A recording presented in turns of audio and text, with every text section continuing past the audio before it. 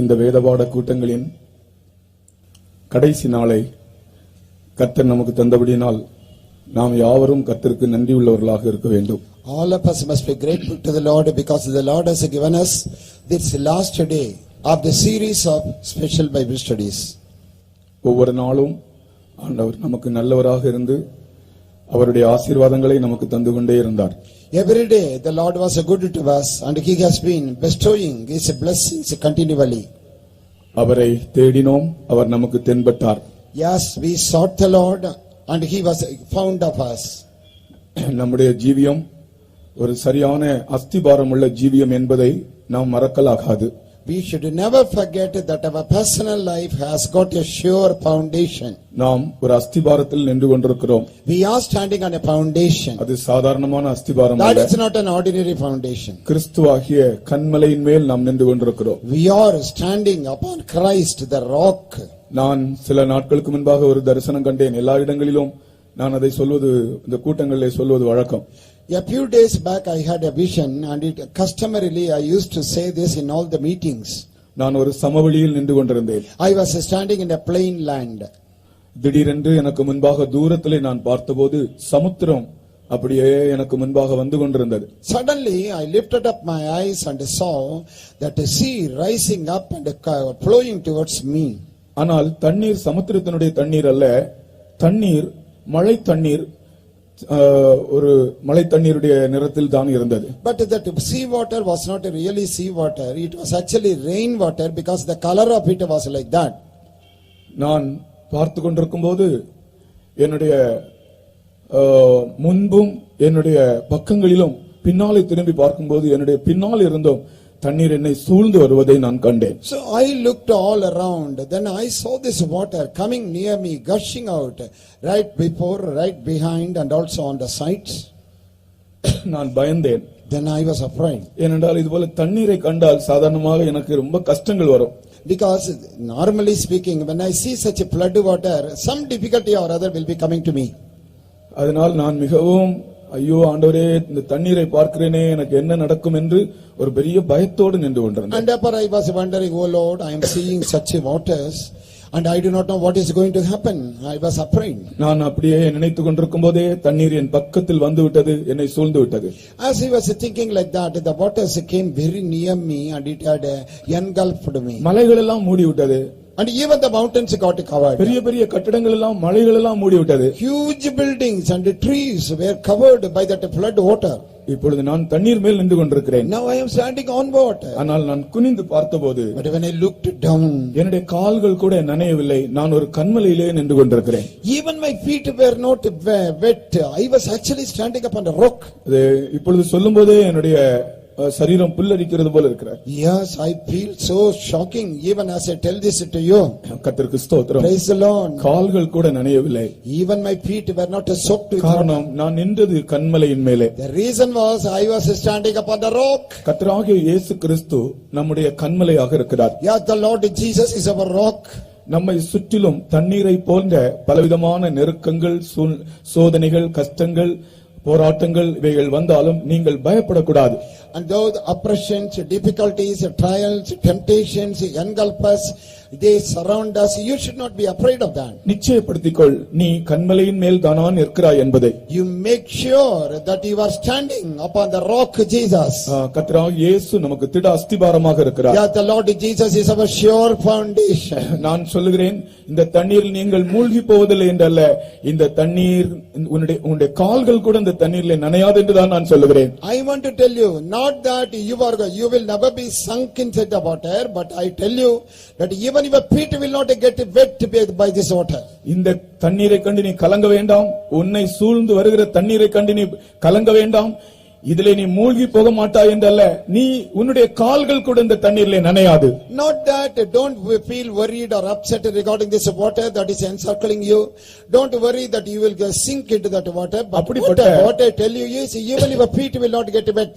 அப்படிப்பட்ட ஒரு திட அஸ்திவாரத்தை குறித்தான் இந்த நாட்களில் நாம் கர்த்தருடைய வசனமாக படிக்கிறோம். So with such a kind of sure foundation only in these days we are reading with the help of the scripture verses. நீங்கள் கேட்கிற வசனங்களை விசுவாசித்து உங்களுக்கு சொந்தமாக்கிக் கொள்ளுங்கள். And as you hear these words of God, make them as your own. அந்த வசனம் என்னுடையது எனக்காகத்தான் என்று சொல்லி நீங்கள் அதை சொந்தமாக்குங்கள். Yes, make it your own, saying this word is for me, it is meant for me. கர்த்தராகிய இயேசு கிறிஸ்து அந்த நாட்களிலும் இந்த நாட்களிலும் மனிதருடைய வாழ்க்கையை மாற்றுகிறவராக இருக்கிறார். The Lord Jesus Christ both in those days and also in these days he is changing, transforming the lives of men. நீங்கள் கேட்ட சாட்சிகளை பார்த்தீர்களா? எப்படிப்பட்ட குடும்பத்தினின்று எப்படிப்பட்ட ஜீவியம் செய்தவர்களை தேவன் தன் பக்கமாக மாற்றி விட்டார் பாருங்கள். So you have heard these testimonies, see that family, see the background those people were living, but how miraculously the Lord had changed those people. கர்த்தராகிய இயேசு கிறிஸ்துவின் நாமத்தை விசுவாசியாதிருந்த ஒரு குடும்பத்திலிருந்து கர்த்தர் ஆட்களை வேறு பிரித்து தன்னுடைய ஊழியத்திற்காக கொண்டு வருகிறார் என்றால் இது ஏதோ ஒன்றை கண்டு மயங்கி வருவதல்ல, இது சத்தியம், இது நிச்சயம். When a person is coming out of a family which has never believed, never heard about the Lord Jesus, but yet that person is believing the Lord Jesus and coming out for this ministry, that is something really wonderful. It is not by emotion or by magic, but this is a truth. கர்த்தருடைய சமூகத்தில் வந்திருக்கிற நாம் ஒவ்வொருவரும் நம்முடைய உண்மையான நிலைமையை ஒத்துக்கொண்டால் போதும். It is enough that as we have come to the presence of the Lord, we have to acknowledge our real personal condition. எப்போதுமே நம்மை மறைக்காமல் நம்முடைய உண்மையான நிலைமையை ஒத்துக்கொண்டால் நம்மை கர்த்தர் எந்த அளவும் உயர்த்துவார். Always not hiding our personal life but accepting what we are, then the Lord will exalt us. ஒரு தடவை ஒரு சண்டே சர்வீஸ் முடிந்த உடனே என்னுடைய ரூமுக்கு ரெண்டு பசங்க, சின்ன பசங்க வந்தாங்க. One Sunday morning service was over. I was returning to my room and then the two boys came to meet me. அவங்க அவங்க அம்மாட்ட சொல்லிட்டு வந்துக்கறாங்க. ரெண்டு பேரும் ஒரு தாயுடைய பிள்ளைகள். அவங்க அம்மாட்ட சொல்லுங்க, நாங்க போய் பாஸ்டருக்கு போய் பிரைஸ் லாட் பண்ணிட்டு வர போறோம். And then these two boys have told their mother, see, we are going to see that a pastor and just to say him praise the Lord and then we will come back. தைரியமாக ரூமுக்குள்ளாலே வந்து price lot pastor என்று சொன்னாங்க. Boldly those two boys came to my room and said, praise the Lord pastor. நான் அவங்ககிட்ட கேட்டேன், உங்க ரெண்டு பேர்ல யார் நல்ல பையன் யார் கெட்ட பையன், good boy or bad boy ஆர்னு கேட்டேன். Then I asked those two boys, who between you is a good boy and who is a bad boy? அருமையானவர்களே, அந்த ரெண்டு பசங்களும் கொஞ்ச நேரம் பதில் சொல்லவில்லை. And beloved people, for a short while they were speechless. கொஞ்ச நேரம் அப்படியே நின்றார்கள். They were silently standing there. கொஞ்ச நேரத்துக்கு பிறகு ஒருவன் சொன்னான், நாங்க ரெண்டு பேரும் பேட் பாய்ஸ் சொன்னான். After a short while, both the boys said, both of us are bad.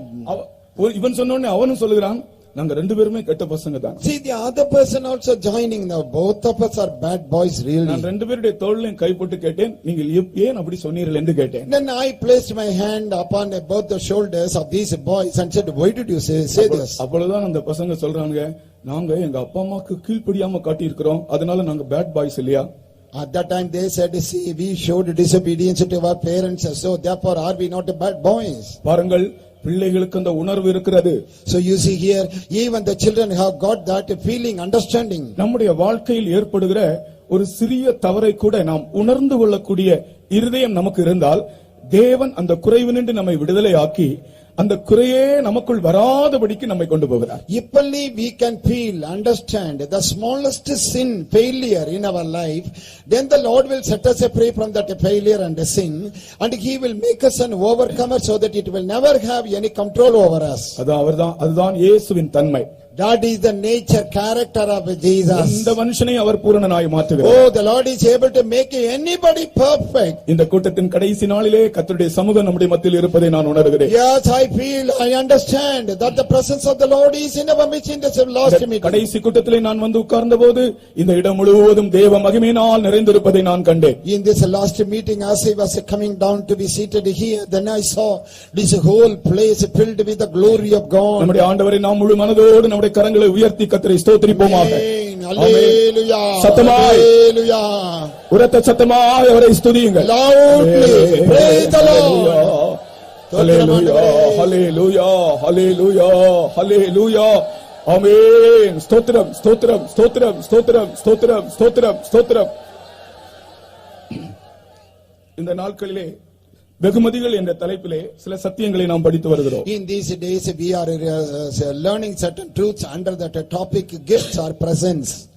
வேத புஸ்தகத்தில் சில வெகுமதிகளை பற்றி சொல்லப்பட்டிருக்கிறது. In the word of God also mention is made regarding the gifts, presents. சத்தியத்தை அறிவீர்கள் என்று சொன்ன தேவன் இந்த நாட்களிலே சத்தியத்தை அறிய விரும்புகிறவர்களுக்கு சத்தியத்தை அறிவித்து உணர்த்தி கொண்டே இருக்கிறார். And God said, you shall know the truth. And that same God is revealing that truth to those people who have the longing to know the truth. முதலாவது வெகுமதி யாக்கோபு ஏசாவுக்கு கொடுத்த வெகுமதி. So I told you that the first gift was that which Jacob gave to Esau. அது ஒப்புரவாகுதலின் வெகுமதி என்று நாம் படித்தோம். And we learned that this is a gift for reconciliation. பகையோடு வாழக்கூடாது, சமாதான கேடோடு வாழக்கூடாது, நாம் ஒப்புரவாகி சமாதானத்தோடு ஜீவிக்க வேண்டும் என்பது அதனுடைய கருத்து. And the meaning of that is we should not pull on with hatred and enmity in our heart, but we should live with peace with one another. That is the meaning of that. இரண்டாவது Babylon ராஜா எசேக்கியா ராஜாவுக்கு கொடுத்து அனுப்பின வெகுமதி. And secondly, that gift which the Babylonian king gave to King Hezekiah. அது எசேக்கியா ராஜா ஆண்டவரிடத்தில் பெற்றுக்கொண்ட தெய்வீக சுகத்தை பற்றி கேள்விப்பட்டு அவன் அனுப்பின வெகுமதியாகும்.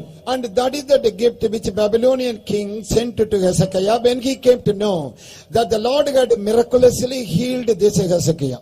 அந்த வெகுமதியிலிருந்து நாம் கற்றுக்கொண்டது நம்முடைய ஆண்டவர் எப்படிப்பட்ட மரணத்துக்கு ஏதுவான வியாதியினின்றும் நம்மை குணமாக்குகிறார். So from this gift we understood that our Lord is delivering us even from those sicknesses at the verge of death.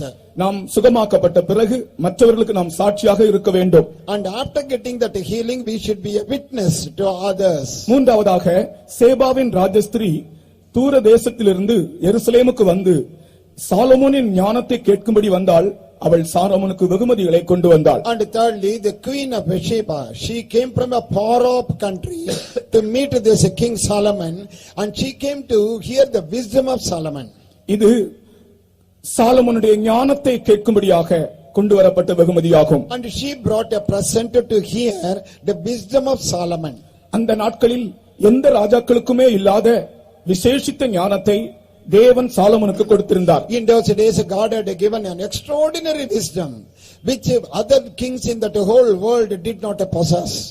அதை கேட்கும்படியாக வெகுமதி கொடுக்கப்பட்டது. And to hear that wisdom only the queen of Sheba brought that present. இப்பொழுது நாம் அறிய வேண்டியது சாலமோனின் ஞானத்தை அல்ல.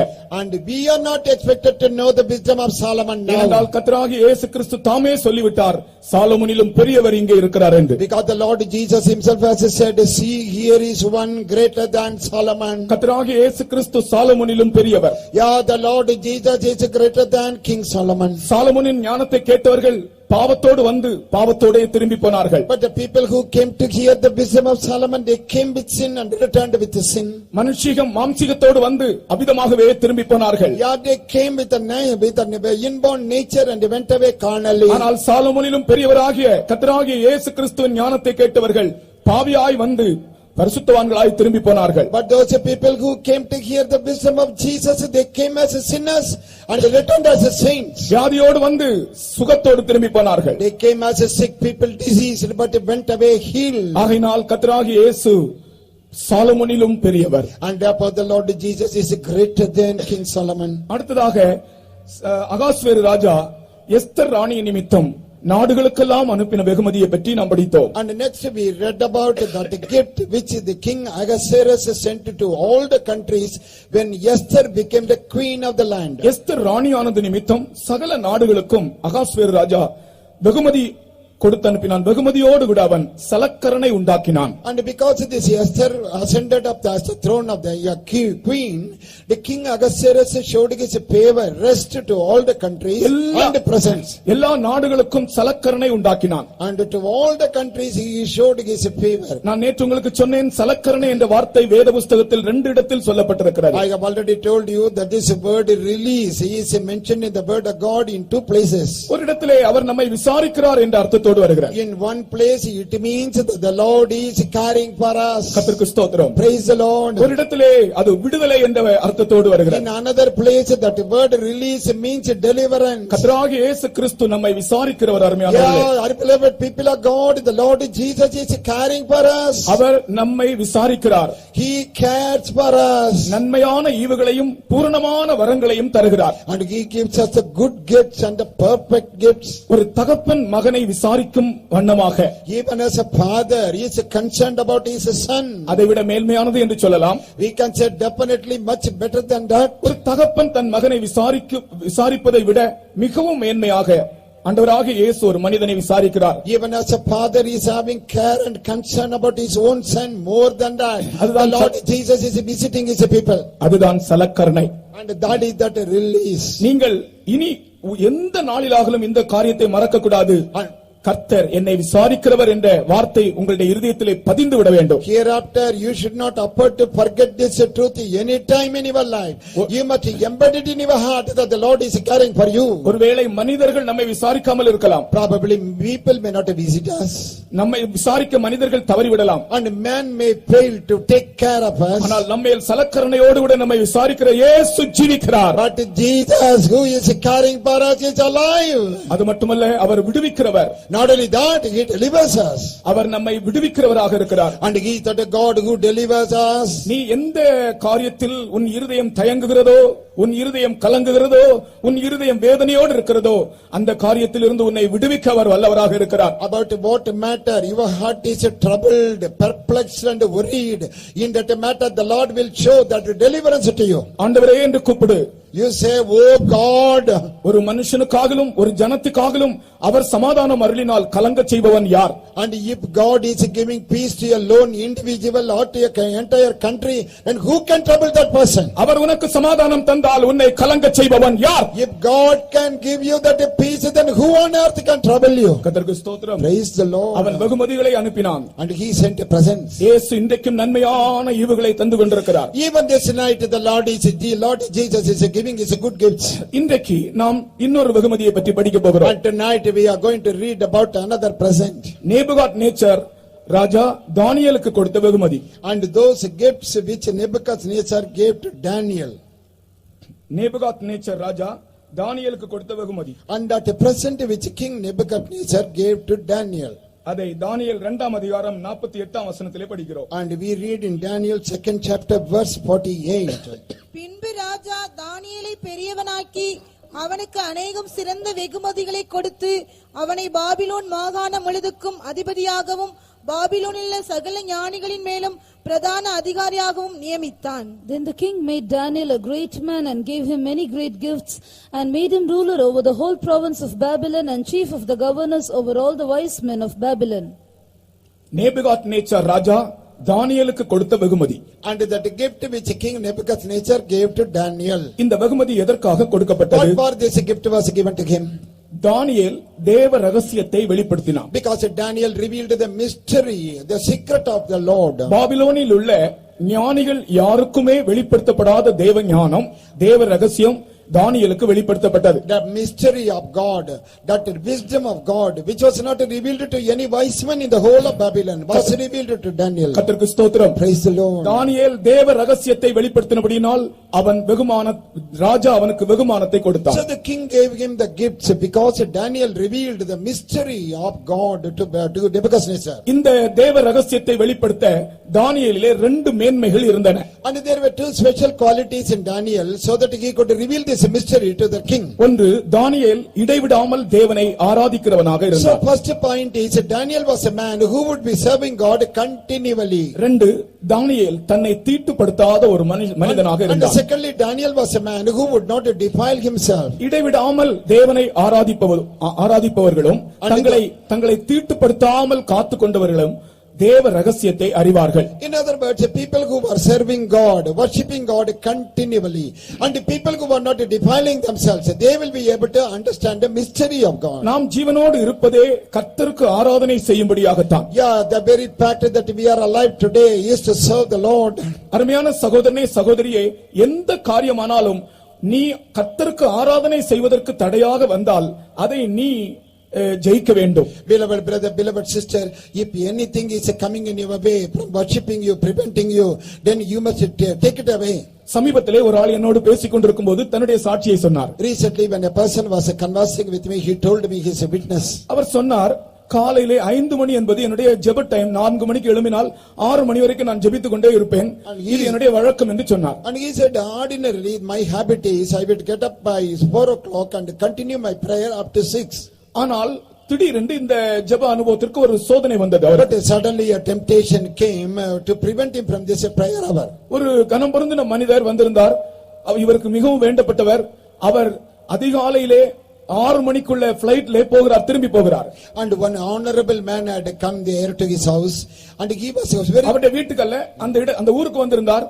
அவர் அந்த 6 மணி பிளேன்ல போகிறார். இவர் போய் அவரை வழி அனுப்ப வேண்டும். And that to that place that a honorable person has come, he is very much close to this gentleman, and this man had to go and send him up to that 6 o'clock flight. 5 மணிக்கெல்லாம் புறப்பட்டால் தான் இதை செய்ய முடியும். And if he leaves home by 5 o'clock, then only he can see him off. ஆனால் இவருக்கு 5 மணி என்பது ஜெப வேளை. But for this man, you know that 5 o'clock in the morning is a prayer hour. அவர் சொன்னார், நான் போக வேண்டுமா போக கூடாதா, போக வேண்டுமா போக கூடாதா, இப்படி ஒரு ஆசிலேட்டடா இருந்தேன் என்று சொன்னார். And he said he was oscillating, hesitating whether to go or not, whether to go or remain.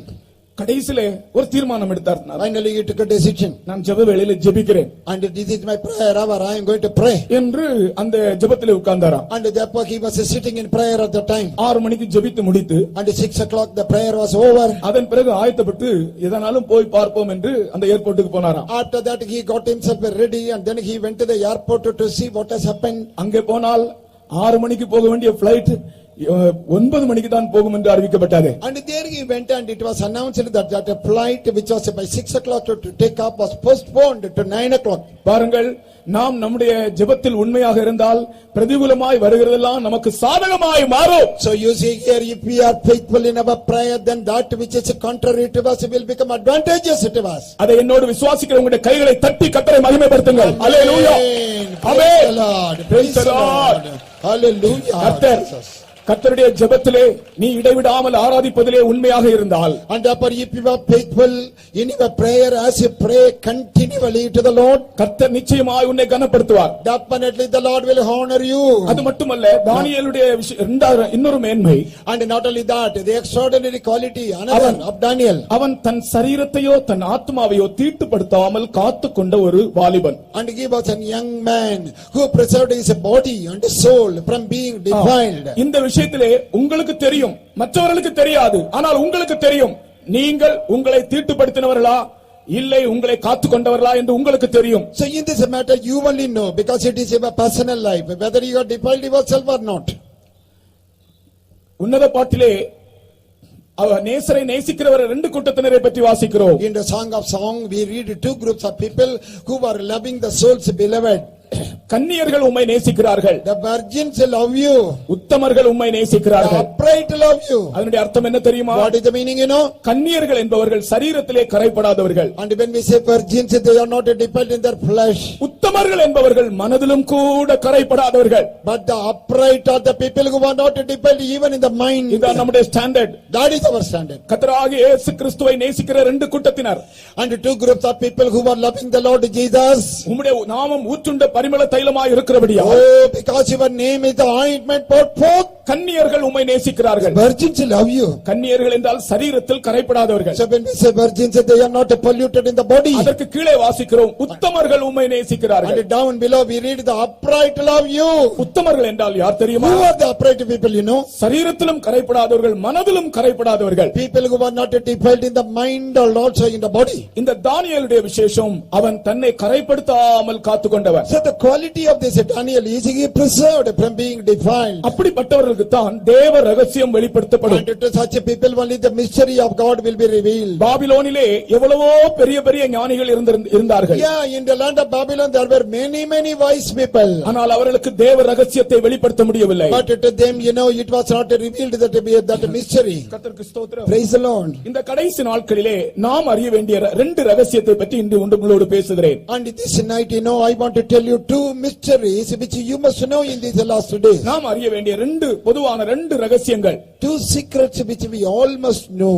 ஒன்று தேவ சித்தத்தின் ரகசியம். And the first is the mystery of the will of God. இன்னொன்று தேவனுடைய வருகை, கிறிஸ்துவின் வருகையை பற்றிய ரகசியம். And the second is the mystery of the second coming of Jesus Christ. நான் திரும்பவும் சொல்லுகிறேன். I want to repeat. இந்த கடைசி நாட்களிலே நாம் யாவரும் அறிய வேண்டிய ரகசியம் முதலாவது தேவ சித்தத்தை பற்றி, தேவ சித்தத்தின் ரகசியம். So the mysteries which everybody must come to know in these last days. The first is the mystery of the will of God. இரண்டாவது ரகசியம் இயேசுவின் வருகையை பற்றிய ரகசியம். And the second mystery is the mystery concerning the second coming of Jesus. இந்த ரெண்டு ரகசியங்களையும் நாம் அறிய வேண்டுமெனாலும் கூட, even though we are expected to know both these mysteries, அன்று தானியேல் இருந்தது போல நாம் இடைவிடாமல் தேவனை ஆராதிக்கிறவர்களாயும் நாம் நம்மை கரைப்படுத்தாமல் நம்மை காக்கிறவர்களாயும் இருக்க வேண்டும். Even as Daniel was living in those days, we also must be not polluting ourselves and defiling ourselves, but we must continually serve God. அப்படி என்றால் தான் இந்த ரகசியத்தை நாம் புரிந்து கொள்ள முடியும். Then only we will be able to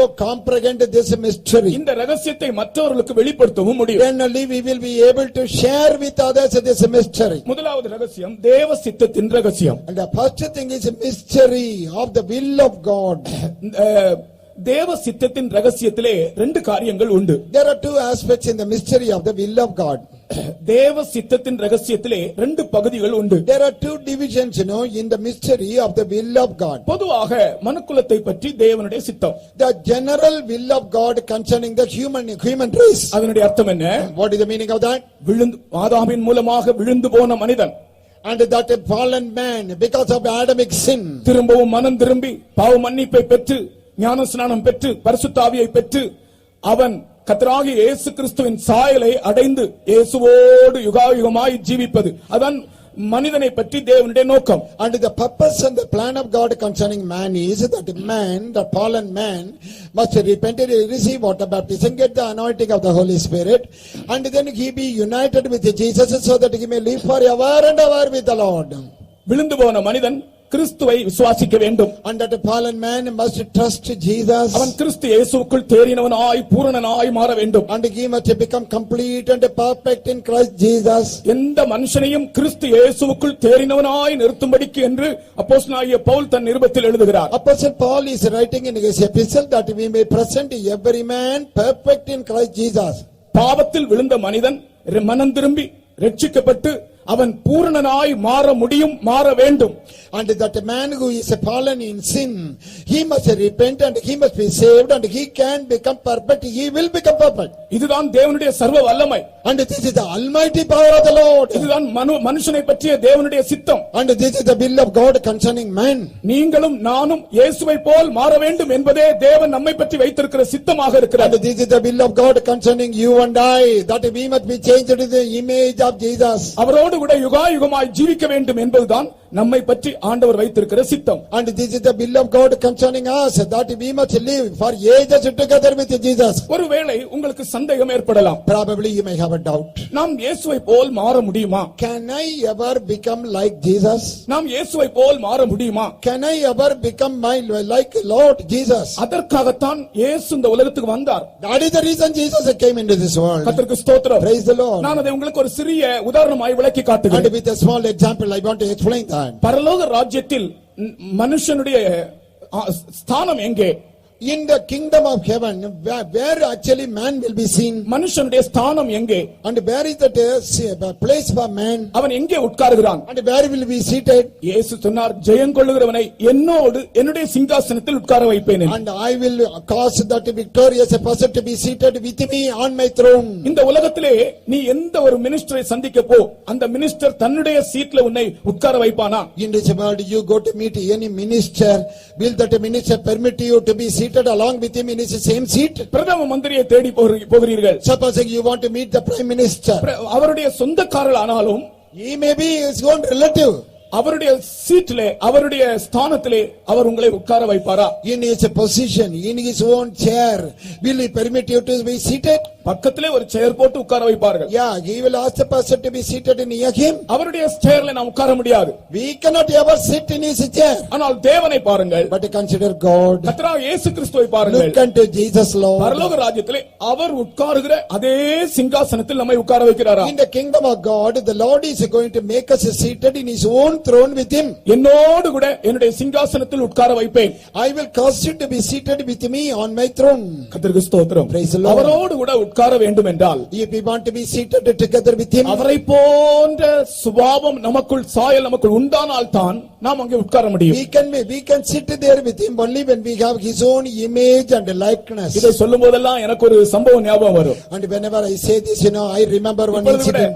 நான் அதை எனக்கு உடனே ஞாபகம் வந்தபடி நான் சொல்லுகிறேன். Immediately that now only I remember that. ஆண்டவர் அவருடைய சிங்காசனத்திலே நம்மை உட்கார வைக்கிறார் என்பதை பற்றி ஒரு சம்பவம். And one incident that the Lord is making us to sit in his throne. நான் இந்த ஊழியத்திற்கு வந்து ட்ரெய்னிங் பீரியட்ல ட்ரெய்னிங்ல அடையார்ல இருந்தேன். I came into this ministry and it was a training period. I was there at Adayar. அப்ப நானும் இன்னொரு சகோதரனும் ஒரு பாயில உட்கார்ந்து பேசிக் கொண்டிருந்தோம். And then I along with another brother we were squatted on a mat and talking. நாங்கள் உட்கார்ந்து பேசிக் கொண்டிருக்கும் போது இன்னொரு பிரதர் கூட வந்து அந்த பாயில உட்கார்ந்தார். And as we were conversing, another brother came. He also was he sat there. என்னோடு பேசிக் கொண்டிருந்த சகோதரன் அந்த சகோதரனை, டேய் நீ இந்த பாயில நிலைமை அங்க போ, அங்க கீழே போய் உட்காருன்னு சொன்னார். And then this brother who was talking with me, he said, hey, go and sit in that other mat away from us. அந்த சகோதரன் எழும்பி போனார். And then that brother left. எழும்பி போகும்போது அவர் ஒரு வார்த்தை சொன்னது எனக்கு இன்றைக்கு ஞாபகம் வருகிறது. இப்போ ஞாபகம் வந்ததனால் சொல்லுகிறேன். As he was leaving that place, he told one word that I remember even now. Brother, இயேசு அவருடைய சிங்காசனத்திலே இடம் கொடுக்கிறார், நீங்க உங்க பாயில இடம் கொடுக்க மாட்டேங்கிறீங்களே. Brother, Jesus is allowing me to be seated in his throne, but you are not permitting me to sit with you on the mat. சாதாரண வார்த்தையா இருந்தாலும் எவ்வளவு தொடுகிற வார்த்தை பாருங்கள். See, this is a casual conversation, but it's how touching it is. அவர் அவருடைய சிங்காசனத்திலே இடம் கொடுக்கிறார், நீ உன் பாயில இடம் கொடுக்க மாட்டேங்கிறியே. He gives us a place in his own throne, but you are not allowing us to sit in your mat. அவருடைய சிங்காசனத்தில் நான் உட்கார வேண்டியதா இருக்கிறபடினால் அவரை போல நம்முடைய சுபாவத்தை அவர் மாற்று, அது அவருடைய வேலை. ஒப்பு கொடுத்தால் அவர் அதை மாற்றுவார். If only we will surrender, the Lord will change our likeness and image. That is his job. He will make us sit in his throne. நாம் எல்லாரும் நம்முடைய பாவத்தினின்று விடுதலையாகி பரிபூர்ணமாக்கப்பட்டு அவரோடு கூட இருக்க வேண்டும். அதுதான் பொதுவாக மனிதனை பற்றி தேவனுடைய சித்தம். So the general will of God concerning the whole humanity is man must be delivered from sin, saved and be together with the Lord. அதுல இன்னொரு பகுதி, but the other portion of that, நம்முடைய தனிப்பட்ட ஜீவியத்திலே நாம் தேவ சித்தம் நம்முடைய ஜீவியத்திலே நிறைவேற ஒப்பு கொடுக்க வேண்டும். In our personal life we have to surrender ourselves so that the will of God may be fulfilled in us. நம்முடைய தனிப்பட்ட வாழ்க்கையிலே ஒவ்வொரு நாளும் தேவ சித்தம் என்ன என்பதை அறிய வேண்டும். Every day in our life, every day we must understand what is the will of God concerning us. தேவனுடைய மனதிலே என்னை பற்றி என்ன இருக்கிறது என்பதை நான் ஒவ்வொரு நாளும் அறிந்து கொள்ள வேண்டும். Every day we must know what God has about us in his mind. அதுதான் விசேஷமான ஒரு வாழ்க்கை. But this is something extraordinary life. தேவ சித்தத்தின் ரகசியம் என்பது, what is the mystery of the will of God? உன்னுடைய ஜீவியத்தை பற்றியும் உன்னுடைய குடும்பத்தை பற்றியும் நீ செய்கிற வேலையை பற்றியும் அல்லது உன்னை பற்றிய எல்லா காரியத்திலும் தேவ சித்தம் என்ன என்பதை அனுதினமும் நீ அறிந்து கொள்ள வேண்டும். Every day you must understand what is the will of God concerning you, concerning your family members, concerning your job and what you are supposed to do for God. அப்படிப்பட்ட ஜீவியம் தான் இந்த உலகத்தில் விசேஷமான ஜீவியமாக இருக்கும். பின் நாட்களிலே ஆண்டவரோடு நாம் ஜீவிக்க முடியும். And that type of life will be very special and peculiar in this world, and later on we will be able to live with our Lord. தேவ சித்தத்தை அறியாத ஒரு மனிதன், a man who never knows the will of God, இந்த உலகத்திலே எப்போதும் குழப்பம் உடையவனாகத்தான் ஜீவிப்பான். in this world as long as he lives he will be confused. தங்களை பற்றிய தேவ சித்தம் இன்னதென்பதை அறியாத ஒரு குடும்பம் குழப்பமுள்ள குடும்பமாகவே இருக்கும். A family which doesn't understand the will of God concerning them will always have lot of confusion.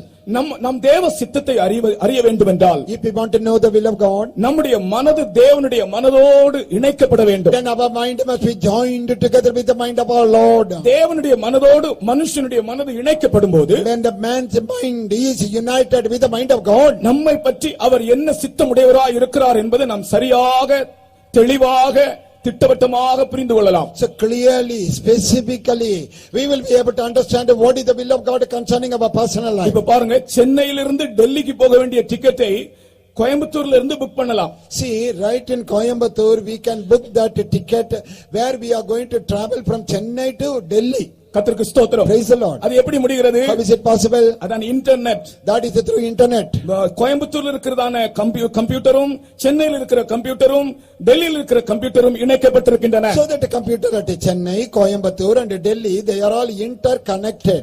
Same information. Same information. அதுபோல கர்த்தராகிய தேவனுடைய மனதோடு நம்முடைய மனது இணைக்கப்படும் போது அவர் என்ன நினைக்கிறார் என்பதை நமக்கு வெளிப்படுகிறது. Similarly, when our mind is united with the mind of Jesus, then we can know what the Lord is thinking about us. அல்லாவிட்டால் அவர் ஒன்று நினைப்பார், நீ ஒன்று நினைப்பாய். Otherwise, he will be thinking one, you will be thinking something else. உன்னை பற்றிய நோக்கம் அவர் ஒரு நோக்கம் வைத்திருப்பார், நீ இன்னொரு காரியத்தை செய்வாய். He will have a plan and a purpose concerning you, but you will be doing something else. அதனால் தன் வாழ்க்கையிலே குழப்பங்கள், பிரச்சனைகள் வருகிறது. And that is the reason confusion and problems arise in our life. வாழ்க்கையில் அமைதியின்மை, சமாதானக்கேடுகள் ஏற்படுகின்றன. We lose our peace, we lose our rest. வெளிப்படையாக நீ நன்றாக dress பண்ணுகிறாய். Outwardly you look nice. வெளியே போகும்போது நீ நல்ல டீசென்ட்டாக இருக்கிறாய். Yeah, you will look very decent as you ஆனால் உன்னுடைய இருதயத்திற்குள்ளே ஒரு கலக்கம் உன்னை கலக்கிக் கொண்டே இருக்கிறது, உன்னை உறுத்தி கொண்டே இருக்கிறது. But there is always a trouble, a worry constantly troubling you. காரணம் உன்னை பற்றிய தேவ சித்தம் என்ன என்பதை உனக்கு சரியாய் புரிந்து கொள்ள முடியவில்லை. Because you are not able to understand correctly what is the will of God concerning you. இதோ வாசல் படி நின்று தட்டுகிறேன் என்று ஆண்டவர் சொன்னார். And Jesus said, behold, I stand at the door and knock. இது இயேசுவை அறியாத ஜனங்களை பற்றிய வசனம் அல்ல. And this is not the word concerning the people who do not know Jesus. இதோ வாசல் படியில் நின்று தட்டுகிறேன் என்று ஆண்டவர் சொன்னார். And Jesus said, behold, I stand at the door and knock. இது மனம் திரும்பாத ஜனங்களை பற்றிய வசனம் அல்ல. And this is not the word for the unrepentant people. தமது சொந்த ஜனமாகிய லவோதிக்கா சபையை பற்றிய வசனம். And this is the word concerning his own people in the church of Laodicea. ஆண்டவர் வாசலண்டை நின்று தட்டுகிறார். உள்ளே நுழைய முடியாத ஒரு ஜீவியம் அவர்களுக்குள் காணப்பட்டது. Yeah, the Lord is standing at the doorstep and knocking at the door. He is not able to enter inside. ஆண்டவர் வாசல் படியில் நின்று தட்டுகிறார். உள்ளே நுழைய முடியாத பரிதாபமான ஒரு நிலையில் அந்த ஜனங்கள் காணப்பட்டார்கள், அந்த சபை காணப்பட்டது. And that Lord Jesus is standing at the doorstep and knocking. He is not able to enter in. That is the miserable situation of the people. தங்களை பற்றிய தேவ சித்தம் என்னதென்பதை அவர்கள் சரியாய் அறிந்து கொள்ளாதபடியினால் ஆவிக்குரிய ஜீவியத்திலே அனலுமின்றி குளிருமின்றி வெதுவெதுப்பாய் காணப்பட்டார்கள். Because those people did not know what is the will of God concerning them in their spiritual life, they were lukewarm. They were neither cold nor hot. தன்னை பற்றிய தேவ சித்தத்தை ஒரு மனிதன் அறிந்தால், if only a man comes to know the will of God concerning him, அவன் திடீரென்று விழித்தெழும்பி தீவிரமாய் ஆவிக்குரிய ஜீவியத்தில் முன் செல்வான். and suddenly he will awake and he will make a progress in spiritual life. நான் திரும்பவும் சொல்லுகிறேன், I want to repeat, தன்னை பற்றிய தேவ சித்தம் இன்னதென்பதை ஒரு மனிதன் அறிந்தால் அவன் திடீரென்று விழித்தெழும்பி தீவிரமாய் தன் ஆவிக்குரிய ஜீவியத்தில் முன் செல்வான். if only a person will understand the will of God concerning him, then he will awake suddenly and he will rush to do the will of God. உன்னை பற்றி கர்த்தர் என்ன விரும்புகிறார், என்ன நோக்கம் வைத்திருக்கிறார், என்ன செய்ய விரும்புகிறார் என்பதை நீ சரியாய் ஒவ்வொரு நாளும் அறிந்திருக்க வேண்டும். இது திட்டவட்டமாய் உன்னை பற்றி பேசப்படுகிற சத்தியமாக இருக்கிறது. And this is the definite truth concerning you. Every day you must understand what is the will and the plan and the purpose of God. அனுதினம் நான் சிலுவையிலே அறையுண்டு ஜீவிக்கிறேன். அனுதினம் நான் சிலுவையிலே அறையுண்டு ஜீவிக்கிறேன். மரித்தவராய் திருசித்தமே நிறைவேற்றுவதும் ஆகாரமே. மரித்தவராய் திருசித்தமே நிறைவேற்றுவதும் ஆகாரமே. அனுதினம் நான் சிலுவையிலே அறையுண்டு ஜீவிக்கிறேன். அனுதினம் நான் சிலுவையிலே அறையுண்டு ஜீவிக்கிறேன். மரித்தவராய் திருசித்தமே நிறைவேற்றுவதின் ஆகாரமே. மரித்தவராய் திருசித்தமே நிறைவேற்றுவதின் ஆகாரமே. கீபோர்ட் கொஞ்சம் வால்யூம் கம்மி பண்ணுங்க, கொஞ்சம் வால்யூம் கம்மி பண்ணுங்க, கொஞ்சம் வால்யூம் கம்மி பண்ணுங்க. இனி நானல்ல பிழைப்பதென்னிலே இயேசுவே என்னில் ஜீவிக்கிறார். இனி நானல்ல பிழைப்பதென்னிலே இயேசுவே என்னில் ஜீவிக்கிறார். இந்த பாட்டிலே அனுதினம் நான் சிலுவையிலே அறையுண்டு ஜீவிக்கிறேன், மரித்தவனாய் திருச்சித்தம் நிறைவேறுவது என்னுடைய வாஞ்சை, என்னுடைய ஆகாரம். இந்த வார்த்தை என்னை அதிகமாய் தொட்ட வார்த்தை. And these are the words, in this song which touched me very much. Every day I live as a dead person. ஒருவன் சிலுவை அண்டை வரும்போது ரட்சிக்கப்படுகிறான். A person when he comes to the cross he is saved. ஒருவன் சிலுவையிலே அறையப்படும்போது கிறிஸ்துவின் பாடுகளுக்கு பங்காளி ஆய் மாறுகிறான். When a person is crucified, then he becomes a partaker of the sufferings of the Lord Jesus. ஒருவன் சிலுவை அண்டை வரும்போது ரட்சிக்கப்படுகிறான். When a person is coming near the cross he is saved. ஆனால் சிலுவையில் அறைய தன்னை ஒப்புக்கொடுக்கும் போதுதான் பாடுகளுக்கு பங்காளி ஆய் மாறுகிறான். But when he surrenders to be crucified, then he becomes a partaker of the sufferings of the Lord. தேவ சித்தத்தை செய்ய நீ உன்னை ஒப்புக்கொடுக்கும் போதுதான் பாடுகளுக்கு பங்காளி ஆய் மாறுகிறாய். When you surrender yourself to do the will of God, then you become the partaker of the sufferings of the Lord. இந்த பாட்டு தெரிந்தவர்கள் எல்லாரும் உங்களுடைய கைகளை தட்டி பாருங்கள். Yeah, clap your hands and sing it as you know it. அனுதினம் நான் சிலுவையிலே அறையுண்டு ஜீவிக்கிறேன். அனுதினம் நான் சிலுவையிலே அறையுண்டு ஜீவிக்கிறேன். மரித்தவனாய் திருச்சித்தமே நிறைவேறுவதென் ஆகாரமே. மரித்தவனாய் திருச்சித்தமே நிறைவேறுவதென் ஆகாரமே. அனுதினம் நான் சிலுவையிலே அறையுண்டு ஜீவிக்கிறேன். அனுதினம் நான் சிலுவையிலே அறையுண்டு ஜீவிக்கிறேன். மரித்தவனாய் திருச்சித்தமே நிறைவேறுவதென் ஆகாரமே. மரித்தவனாய் திருச்சித்தமே நிறைவேறுவதென் ஆகாரமே. நானல்ல பிழைப்பதென்னிலே இயேசுவே என்னில் ஜீவிக்கிறார். நானல்ல பிழைப்பதென்னிலே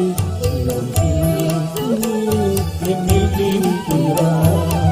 நீங்க ஒவ்வொரு நாளும் இந்த வார்த்தை சொல்ல வேண்டும். Every day you must repeat this word. அனுதினம் நான் சிலுவையில் அறையப்பட்டிருக்கிறேன். Every day I have been crucified. நான் உலகத்துக்கு சிலுவையில் To அறையுண்டிருக்கிறேன். the world I have been crucified. உலகம் எனக்கு சிலுவையில் And the அறையுண்டிருக்கிறது. world has been crucified to நான் me. சிலுவையில் அறையுண்டிருக்கிறேன். I have been crucified. கர்த்தருக்கு ஸ்தோத்திரம். Praise the Lord. மரித்தவனாய் சித்தம் நிறைவேற்றுவதே என் ஆகாரம். And my meat is to do the will of God as a dead person. இந்த கடைசி நாட்களில் அறிவிக்கப்படுகிற சத்தியம் தேவ சித்தத்தை பற்றிய ரகசியம். In these last days, the message for us is the mystery of the will of God. உன்னுடைய விருப்பம் நிறைவேறாது.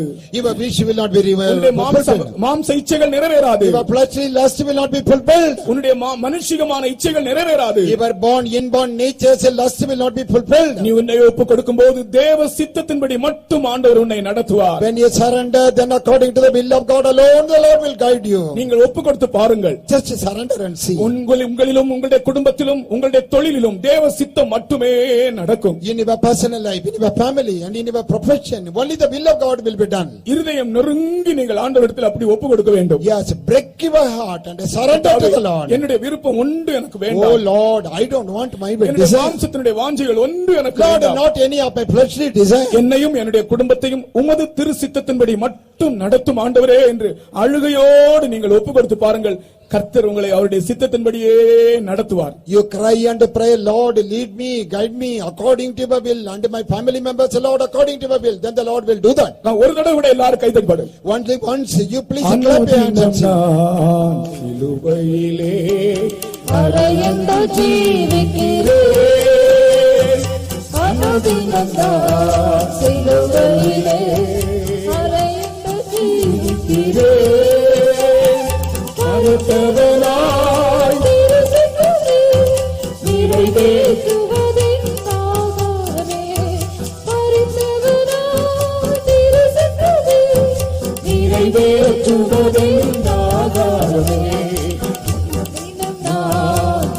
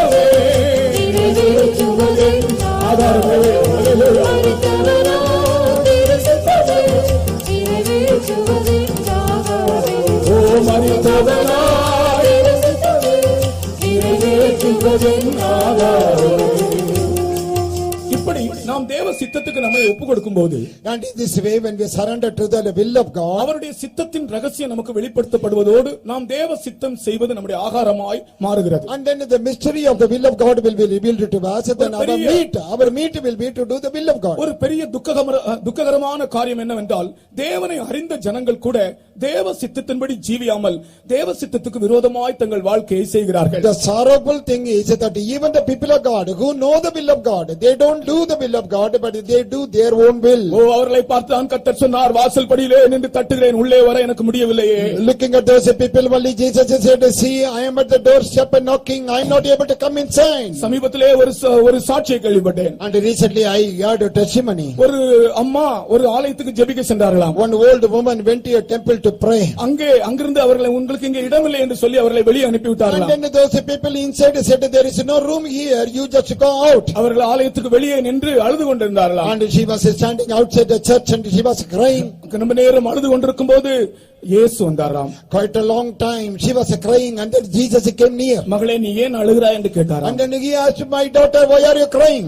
இயேசுவே, என்னை வெளியே உள்ள இடமில்லை என்று வெளியே அனுப்பி விட்டார்கள். And she said, oh Jesus, they are not permitting me inside, they send me out. அங்கே அந்த குறிப்பிட்ட நபர்கள் தான் உட்கார முடியும். And there, only those people destined, they can be seated there. அப்பொழுது இயேசு துக்கத்தோடு அந்த மகள் அவளுடைய அந்த அம்மாவிடத்திலே சொன்னவர். And then with a sorrow Jesus said to her, மகளே, நீ கவலைப்படாதே, எனக்கும் உள்ளே இடமில்லை, நானும் வெளியே நிற்கிறேன். And he said, oh my daughter, don't feel upset, I am also standing outside. இப்படிப்பட்டதான ஒரு வாழ்க்கை தான் இன்றைக்கு ஆண்டவரை அறிந்த ஜனங்கள் மத்தியிலும் கூட நடக்கிறது. And this is that paternal life which we can see among the people who know the Lord. நம் கர்த்தருடைய சித்தம் செய்ய நம்மை முற்றிலுமாய் ஒப்படைக்க வேண்டும். Yes, we got to surrender wholly to do the will of God. அவருடைய சித்தம் அல்லாத ஒன்று எனக்கு வேண்டாம் என்று சொல்லுங்க. And you say, Lord, I don't want anything away from your will. அவருடைய சித்தம் மட்டும் என்னிலும் என் குடும்பத்திலும் நிறைவேறினால் போதும் என்று சொல்லுங்க. And you say, Lord, it is enough that only your will is accomplished in me, in my family. ஒப்பு கொடுக்கிறவங்களுடைய கரங்களை உயர்த்தி ஒரு அல்லேலூயா சொல்லி ஒப்பு கொடுங்க. அல்லேலூயா. அடுத்ததாக நாம் அறிய வேண்டிய இன்னொரு ரகசியம், and another mystery which we have to know. இந்த கடைசி நாட்களிலே அறிவிக்கப்படுகிற இன்னொரு ரகசியம், and in these last days another secret revealed, கர்த்தருடைய வருகையின் ரகசியம். and that is the mystery of the second coming of the Lord. கர்த்தருடைய ரகசிய வருகை என்பது, அவருடைய வருகை என்பது ஒரு ரகசியமாகவே இருக்கிறது. The coming of the Lord is really a secret. 1 கொரிந்தியர் 15 அதிகாரம் 51 வசனம் சொல்லுகிறது, இதோ ஒரு ரகசியத்தை உங்களுக்கு அறிவிக்கிறேன். 1 Corinthians 5th chapter, behold, I show you a mystery. இதோ ஒரு ரகசியத்தை உங்களுக்கு அறிவிக்கிறேன். இதோ ஒரு ரகசியத்தை உங்களுக்கு அறிவிக்கிறேன். நாம் எல்லாரும் நித்திரை அடைவதில்லை, ஆகிலும் கடைசி எக்காலம் துணிக்கும் போது ஒரு நிமிஷத்திலே ஒரு இமைப்பொழுதிலே நாம் எல்லாரும் மறுரூபமாக்கப்படுவோம். Behold, I show you a mystery. We shall not all sleep, but we shall all be changed. ஒரு ரகசியத்தை உங்களுக்கு அறிவிக்கிறேன். I show you a mystery. நாம் எல்லாரும் நித்திரை அடைவதில்லை. All of us will not fall asleep. ஆனாலும் கடைசி எக்காலம் துணிக்கும்போது, but when the last trumpet sounds, நாம் ஒரு இமைப்பொழுதிலே மறுரூபமாக்கப்படுவோம். in a moment we all be changed. கர்த்தருக்கு ஸ்தோத்திரம். Praise the Lord. கர்த்தராகிய இயேசு கிறிஸ்துவினுடைய வருகை ரகசிய வருகை என்று அழைக்கப்படுகிறது. So the coming of the Lord Jesus Christ is called as a secret coming. அவர் இந்த உலகத்திலே இரட்சகராக வந்தார். And he came once, as a savior of the world. ஆனால் இனி அவர் இரட்சகராக அல்ல. But hereafter not as a savior. அவர் மணவாளனாக வருகிறார். But he is going to appear as the bridegroom. அவர் மத்திய ஆகாயத்தில் வரும்போது, when he comes in the mid-air, கடைசி எக்காலம் துணிக்கப்படும்போது, and when the last trumpet sounds, ஒரு நாம் எல்லாரும் அவர் அன்றைக்கு எடுத்துக்கொள்ளப்படுவோம். and then we all will be caught up together with the Lord. இதுதான் இந்த கடைசி நாட்களில் நமக்கு தேவன் அறிவிக்கிற ரகசியம். And this is the secret mystery which the Lord is revealing to us in these last days. இதுதான் சபை எடுத்துக்கொள்ளப்படுதல் என்று கூறப்படுகிறது. And this is called as the rapture. ஆங்கிலத்திலே இது rapture என்று சொல்லுகிறார்கள். In English it is called rapture. வேத புத்தகத்திலே rapture என்ற வார்த்தை இல்லை. But in the word of God there is no word called rapture. பைபிள்ல நீங்க இங்கிலீஷ் பைபிள்ல பாருங்கள் rapture என்ற வார்த்தை இல்லை. But in the English Bible there is no word called rapture. இந்த rapture என்ற வார்த்தை rapio என்கிற லத்தீன் வார்த்தையிலிருந்து வந்தது. And this word rapture has got that root rapio in Latin. இந்த raptureக்கு மூன்று அர்த்தங்கள் உண்டு. ராஃபியோ என்ற வார்த்தைக்கு லத்தீன்ல மூன்று அர்த்தங்கள் உண்டு. ராப்சருக்கும் அதே அர்த்தங்கள் தான். In Latin that rapio, that is a rapture, has got three meanings. ஒன்று முதல் அர்த்தம், and the first meaning, ஒருவன் தனக்குரிய விலையேற பெற்ற பொருளை திடீரென்று யாருக்கும் தெரியாமல் வந்து எடுத்துக்கொண்டு போவது. So one man appears suddenly and without the knowledge of others he will take away that which belongs to him. அதான் முதல் அர்த்தம். That is the first meaning. இரண்டாவது அர்த்தம், second meaning, rapture என்று சொன்னால் ஒரு இடத்திலிருந்து இன்னொரு இடத்திற்கு குடி போவது. And when we say rapture, we are going to go to from one place to the other place. கர்த்தருக்கு ஸ்தோத்திரம். Praise the Lord. அதான் rapture என்று சொல்லுகிற இரண்டாவது அர்த்தம். And this is the second meaning for the word rapture. மூன்றாவது அர்த்தம், third meaning, திடீரென்று பூமியிலிருந்து மிகவும் உயரமாய் எடுத்துக்கொள்ளப்படுவது. And the third meaning, suddenly from this earth we are caught up at a high speed. ராஃபியோ என்றால் இந்த மூன்று அர்த்தங்களும் உண்டு. So when we say rapio, it has got three meanings. அதுதான் rapture என்ற வார்த்தைக்கும் உண்டு. And that applies to the word rapture also. நான் இந்த மூன்று அர்த்தங்களை இன்றைக்கு நான் விளக்கி சொல்லுகிறேன். I want to explain these three meanings now. இயேசு கிறிஸ்துவினுடைய ரகசிய வருகை பற்றி படிக்கும்போது, when we read about the secret coming of Jesus, சபை எடுத்துக்கொள்ளப்படுகிறதான அந்த அனுபவத்தை நாம் அறிந்திருக்க வேண்டும். and we must know that the church is being caught up. அது rapture, that is the rapture. அது ராஃபியோ, that is the rapio. அர்த்தம் என்ன? What is the meaning? ஒருவன் தன்னுடைய விலையேறப்பெற்ற பொருளை, உடைமையை யாருக்கும் தெரிவிக்காமல் வந்து திடீரென்று எடுத்துக்கொண்டு போகிறான். And one person appears suddenly without informing other people. He comes all of a sudden and takes away his own. It's a precious treasure. இதைத்தான் நாம் மல்கியாவின் புத்தகத்திலே படிக்கிறோம். And this is what we read in the Malachi. மல்கியாவின் புத்தகத்தில் சொல்லப்பட்டிருக்கிறது, என் சம்பத்தை நான் சேர்க்கும் நாளிலே. And in the Malachi, in the book we read, when I gather up my jewels. சம்பத்து என்பது விலையேற பெற்ற ஒன்று. And when he says that my treasure, that is something precious. என் சம்பத்தை நான் சேர்க்கும் நாளிலே. When I gather up my treasure, that is my jewel. என் சம்பத்தை நான் சேர்க்கும் நாளிலே அவர்கள் என்னுடையவர்களாய் இருப்பார்கள் என்று சேனைகளின் கர்த்தர் சொல்லுகிறார். And they shall be mine, said the Lord of hosts, in that day when I make up my jewels. English பைபிள்ல jewels என்று எழுதப்பட்டிருக்கிறது. So in English, that is the word is jewel.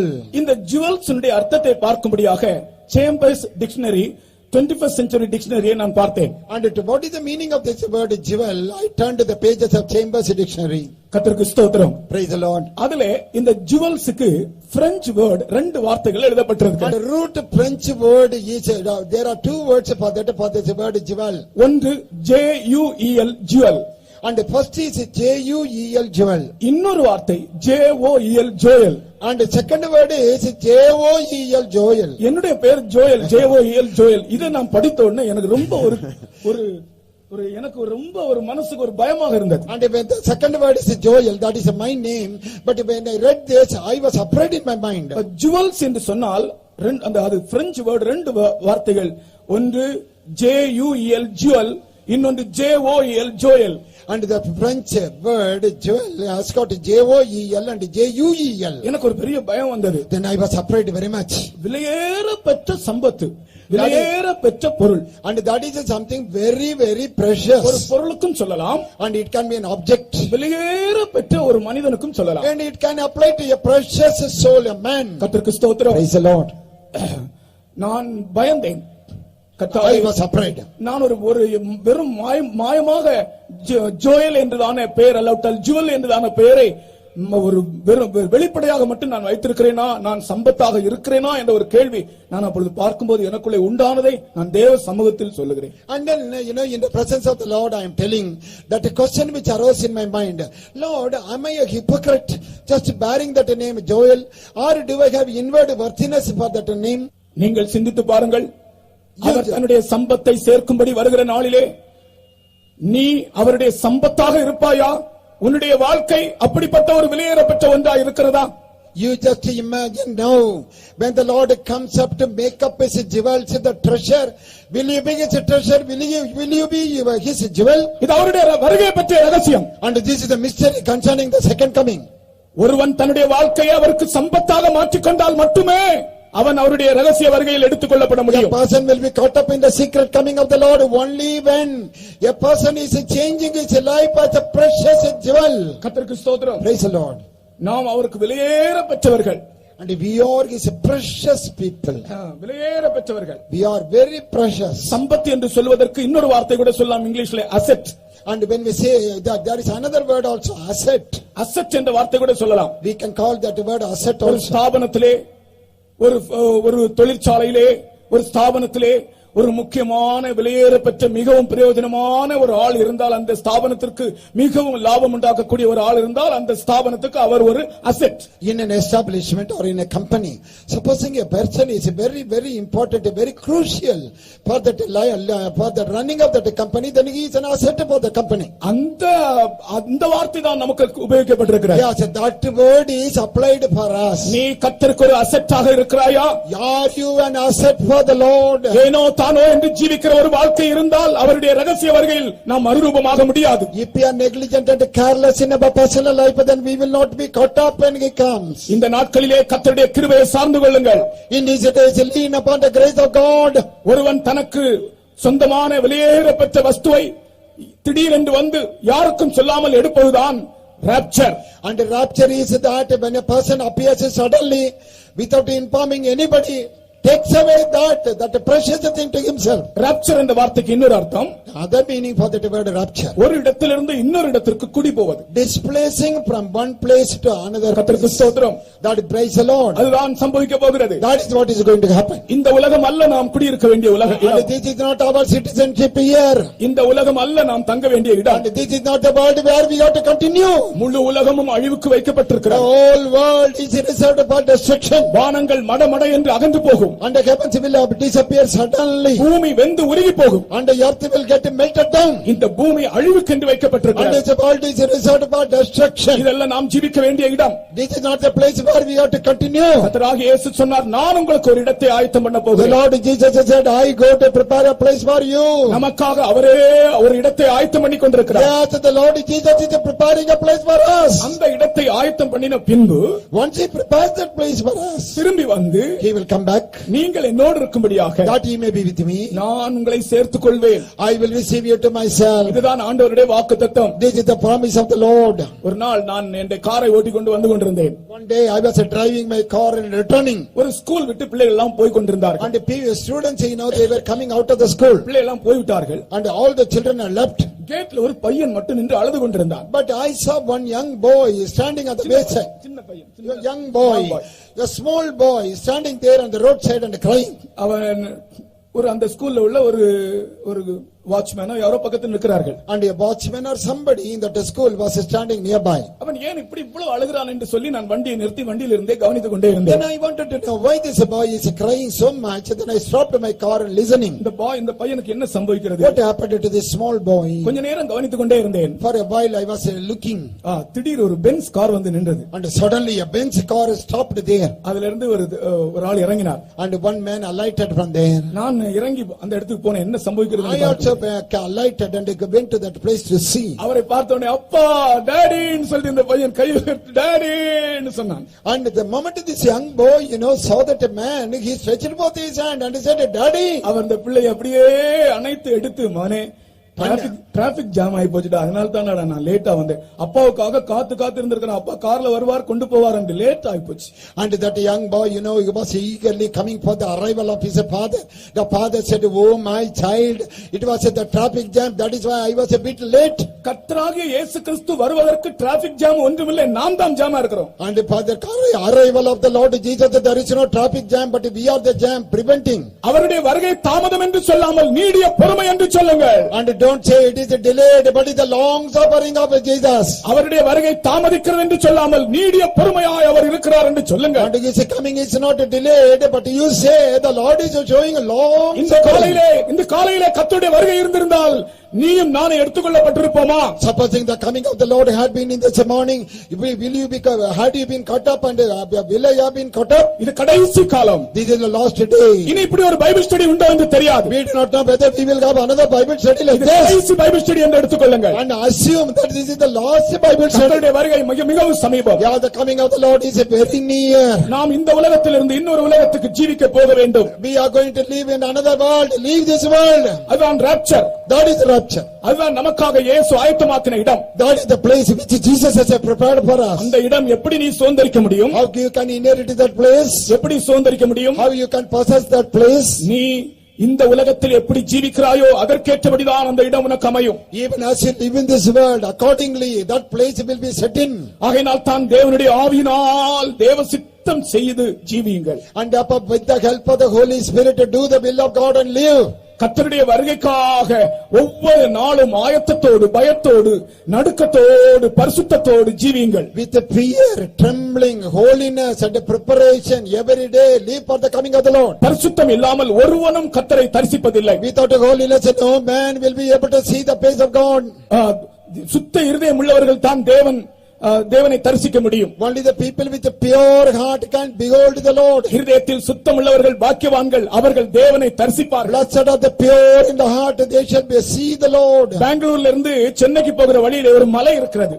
And in between there is a Bangalore to Chennai, there is a mountain. அந்த மலையிலே பாறைகள், அந்த பாறைகள்ல வசனம் எழுதும்படியாக கொஞ்சம் பேர் போனார்கள். And to write the words of the Lord Jesus on those rocks, some people went. அந்த பாறையில பார்த்தா வசனங்கள் எழுதி போட்டிருப்பாங்க. And in those huge rocks, they had written down the verses. ஒரு 4-5 பேர் போனார்கள் எழுதும்படி. 4 or 5 people went there to write. அதுல ஒரு லீடர் நின்று கொண்டிருந்தார், வெளியே மற்றவங்க எல்லாம் எழுதி வசனம் எழுதி கொண்டிருந்தார். One leader was standing outside, other people were writing the verses on the rock. மேலே பார்த்தால் ஒரு கொடி அந்த மலைக்கு மேல ஒரு கொடி பறந்து கொண்டிருந்தது. But on the top of that mountain you look up and we see the banner fluttering. பக்கத்துல ஒரு சைக்கிள் ஒரு தம்பி போயிட்டு இருந்தான். And a young boy was traveling by cycle nearby. தம்பி, அந்த கொடி என்ன கொடி தம்பி என்று கேட்டார். And then he asked, what is that banner fluttering there? அங்கே ஒரு குகை இருக்கிறது. And there is a cave. அந்த குகையிலே ஒரு சன்னியாசி இருக்கிறார். And there is a sannyasi, a hermit. அந்த சன்னியாசியுடைய கொடிதான் அந்த கொடி என்று சொன்னார். And that is the banner of that sannyasin. அவரை போய் பார்க்கலாமா என்று கேட்டார். And then he asked, can I go and see him? இந்த பையன் சொன்னான், நீங்கள் போனால் சபித்து விடுவார், தயவு செய்து போகாதீர்கள். And then the boy said, if you go there he will curse you, please don't go. அப்படியா, சபிப்பாரா? சரி பார்க்கலாம் என்று இவர் மேலே போனார். Oh, isn't that case? Will he curse me? He climbed up. மேலே போனால் இவன் சொன்னது போலவே ஒரு குகை. And as he went there he saw that a cave. அங்கே ஒரு சன்னியாசி இருக்கிறார். Yeah, there was a hermit there. அவர் அப்படியே தியானம் பண்ணி கொண்டிருக்கிறார். He was just meditating quietly. வெளியே நின்று ஐயா என்று கூப்பிட்டார். And then he said, sir. அவர் பதில் கொடுக்கவில்லை. He did not answer. இன்னும் சத்தமாக ஐயா என்று கூப்பிட்டார். Then he raised his voice and said, ஐயா. No answer. அவர் தியானித்துக் கொண்டே இருக்கிறார். He was meditating. இன்னும் சத்தமாக ஐயா என்று கூப்பிட்டார். Then he cried, shouted, ஐயா. உடனே சன்னியாசி கோபத்தோடு கூட, நீ யாரிடத்தில் கேட்டு இங்கே வந்தாய், உன்னை இங்கே அனுப்பினது யார் என்று கேட்டார். And that Sannyasin returned he turned with anger and said, who had sent you here? அப்பொழுதுதான் இவர் சொன்னார், என்னை இயேசு கிறிஸ்து இங்கே அனுப்பினார். And then he said, Jesus had sent me here. இயேசு என்னை இங்கே அனுப்பினார். Jesus had sent me here. இயேசு என்ற வார்த்தை சொன்ன உடனே அந்த சன்னியாசி முகம் அப்படியே பின்னிட்டு போனது. And when he heard that word Jesus, the face of that sannyasi turned back. இயேசு என்ற வார்த்தைக்கு எவ்வளவு வல்லமை இருக்கிறது. So you see what a great power the word Jesus. பரிசுத்தமான வார்த்தை அல்லவா, பரிசுத்தமான நாமம் அல்லவா. Is it not a holy name? அது ஒரு வல்லமையான நாமம் அல்லவா. Is it not a powerful name?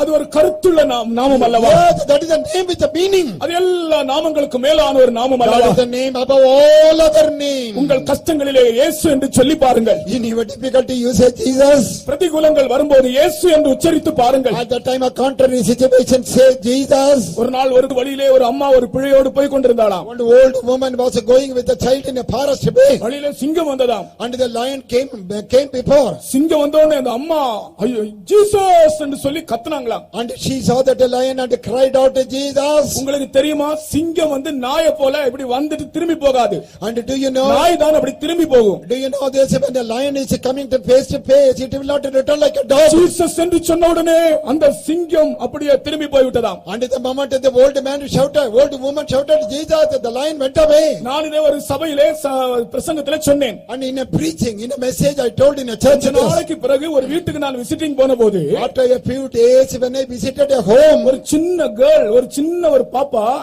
அவ வந்து என்கிட்ட கேக்குறா, பாஸ்டர் உங்களுக்கு நான் ஒரு கதை சொல்லட்டுமான்னு கேட்டா. One young girl, small girl, she came and told me, Pastor, shall I tell you a story? எனக்கு ஞாபகம் இல்லை. I did not remember. சரி, எனக்கு ஒரு கதை சொல்லு பார்க்கலாம். Yeah, you tell me the story. ஒரு அம்மா ஒரு பிள்ளையை தூக்கிட்டு காட்டு வழியில போயிட்டு இருந்தாங்க. அப்ப கூட எனக்கு ஞாபகம் இல்லை இவ என்னதான் சொல்ல போறாங்க. And one woman, she was carrying her baby and she was going in the forest way.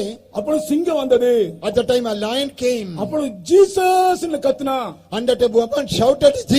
அந்த சிங்கம் திரும்பி அப்பதான் நான் சொன்ன கதையை நீ எனக்கு திருப்பி சொல்றியான்னு கேட்டேன். And then that lion turned back and then I said, yeah, are you not repeating the story? I told you. நீ ஜீசஸ் என்று சொல்லி பாருங்கள், உங்களுக்கு விரோதமாய் வருகிற சிங்கங்கள் திரும்பி போகும். Yeah, you pronounce Jesus, then all the lions are coming up against you will turn and go away. இயேசு என்று சொல்லி பாருங்கள், அசுத்த ஆவிகள் திரும்பி ஓடும். You say Jesus, then the unclean spirits will fly away. இங்கே இருக்கிறதான எல்லாரும் இயேசு என்று சத்தமாய் சொல்லுவோமாக. Hallelujah. ஜீசஸ் என்று சொல்லுங்கள். Jesus. அது பரிசுத்தமான ஒரு பெயர். That is a holy name. அது வல்லமையான ஒரு நாமம். That is a powerful name. சன்னியாசி இயேசு என்று சொன்ன உடனே அவருடைய முகம் பின்னிட்டு போயிடுச்சு. And that hermit, when he heard that name Jesus, he turned his face away. உன்னை இங்கே வர சொன்னது யார் என்று கோபாவேசத்தோடு கேட்ட சன்னியாசி, and that Sannyasin who with anger said, who got sent you here? இப்பொழுது அவரை உள்ளே அழைத்தார். And he is inviting him there. உட்காருங்கள் என்று சொன்னார். And he said, please be seated. அப்பொழுது இவர் கேட்டார், நீங்கள் எதற்காக இங்கே இருக்கிறீர்கள் என்று கேட்டார். And then he asked, why, for what purpose you are here? நான் கடவுளை காணும்படியாக இங்கே இருக்கிறேன் என்று சொன்னார். And then he said, to see God I am here. இவர் கேட்டார், நீங்கள் கடவுளை கண்டீர்களா என்று கேட்டார். And then this man said, did you see God? அப்பொழுது அவர் சொன்னார், நான் இதுவரைக்கும் காணவில்லை.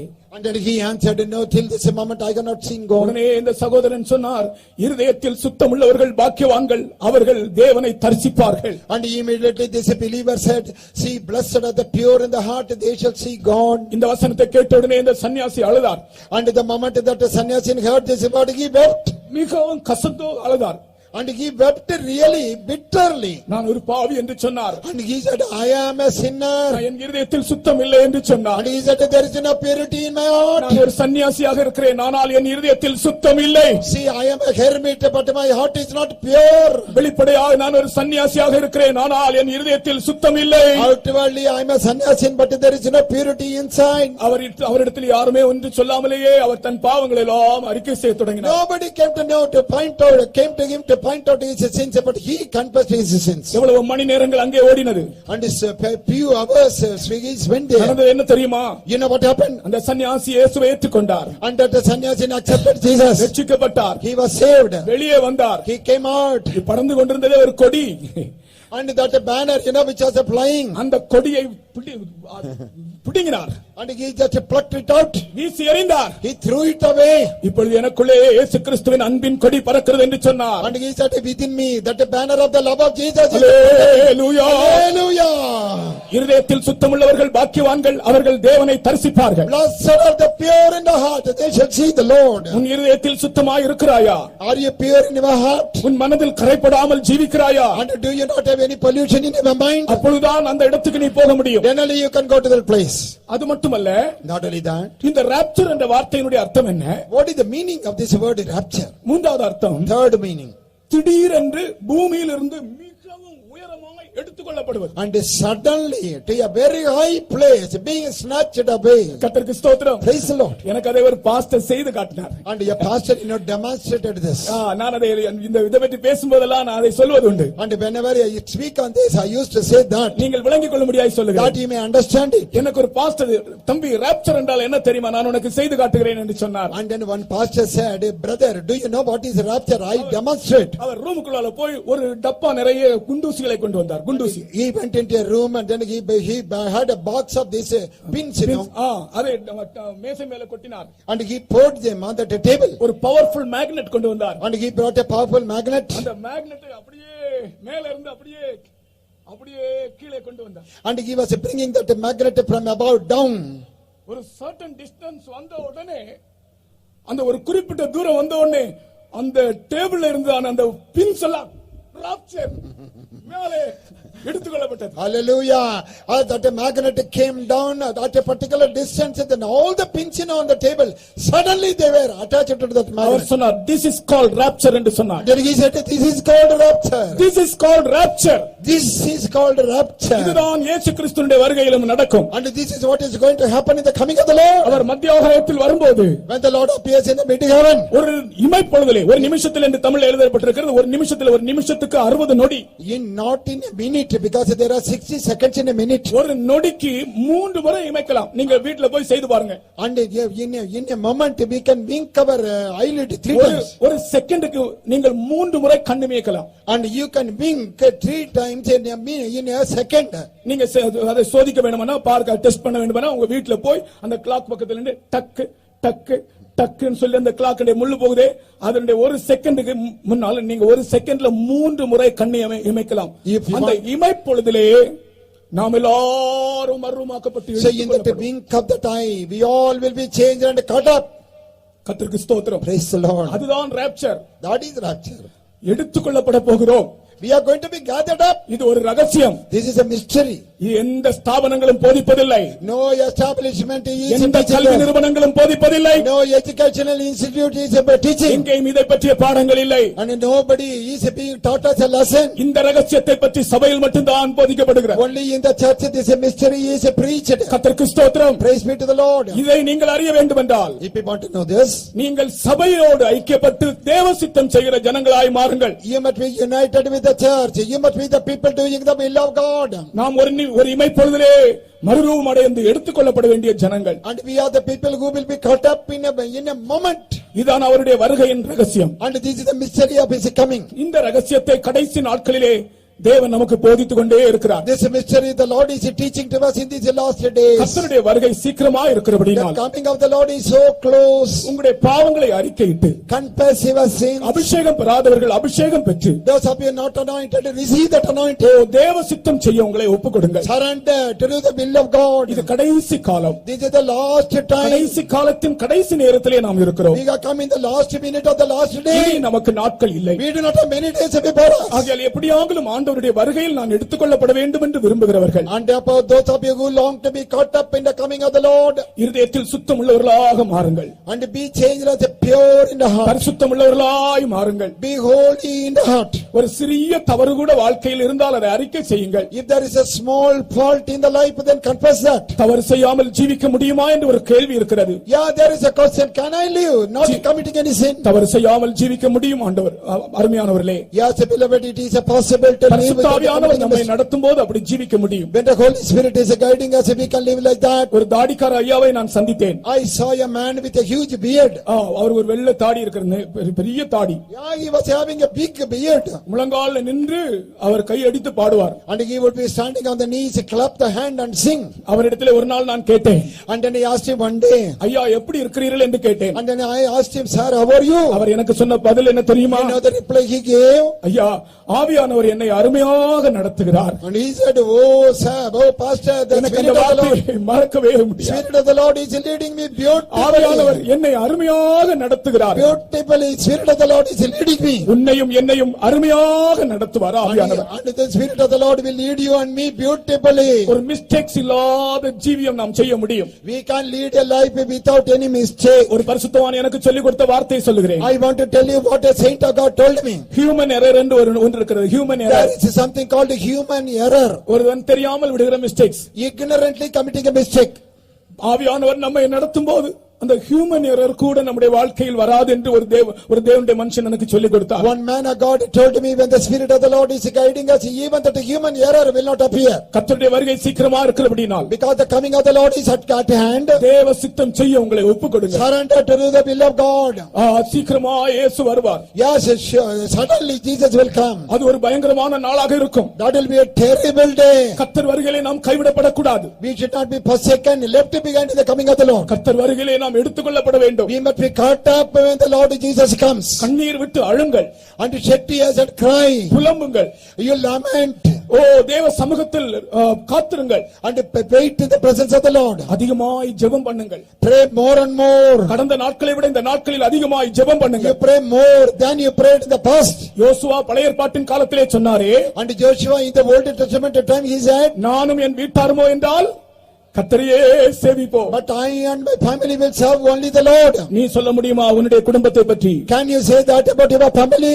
நானும் என் வீட்டாருமோ என்றால் தேவ சித்தமே செய்வோம் என்று நீ உன் குடும்பத்தை குறித்து சொல்ல முடியுமா? Regarding your family, can you say, but I and my family members will do only the will of God? என்ன பற்றி சொல்லுங்க, என்னுடைய மனைவி பற்றி பிள்ளைகளை பற்றி நான் சொல்ல முடியாது, அப்படிதான் சொல்லுவாங்க. You will say, you ask about me, I will tell, but not about பழைய ஏற்பாட்டின் காலத்திலே ஒரு மனிதன் சொல்லுகிறான். But in the Old Testament time one person said, நானும் என் வீட்டாருமோ என்றால் I and my home and my family people, கர்த்தரையே சேவிப்போம். we will serve only the Lord. தேவ சித்தமே செய்வோம். We will do only the will of God. இந்த கூட்டத்திலே நீங்கள் தீர்மானம் செய்யுங்கள். In this meeting you take a decision. இன்னும் ஒரு சில நிமிஷங்கள் இந்த கூட்டத்தை முடிக்கிறேன். Within a few minutes I will wind up this meeting. கர்த்தருக்கு ஸ்தோத்திரம். Praise the Lord. இந்த கர்த்தருடைய ரகசிய வருகையின் பின்னால் After the secret coming of the Lord, அடுத்த நிமிஷத்திலிருந்து இந்த பூமியினுடைய எல்லா நிலவரங்களும் மாறும். very next minute the condition of this world will change. பாருங்கள், சபையை இந்த நாட்களிலே கர்த்தர் எப்படி வைத்திருக்கிறார் தெரியுமா?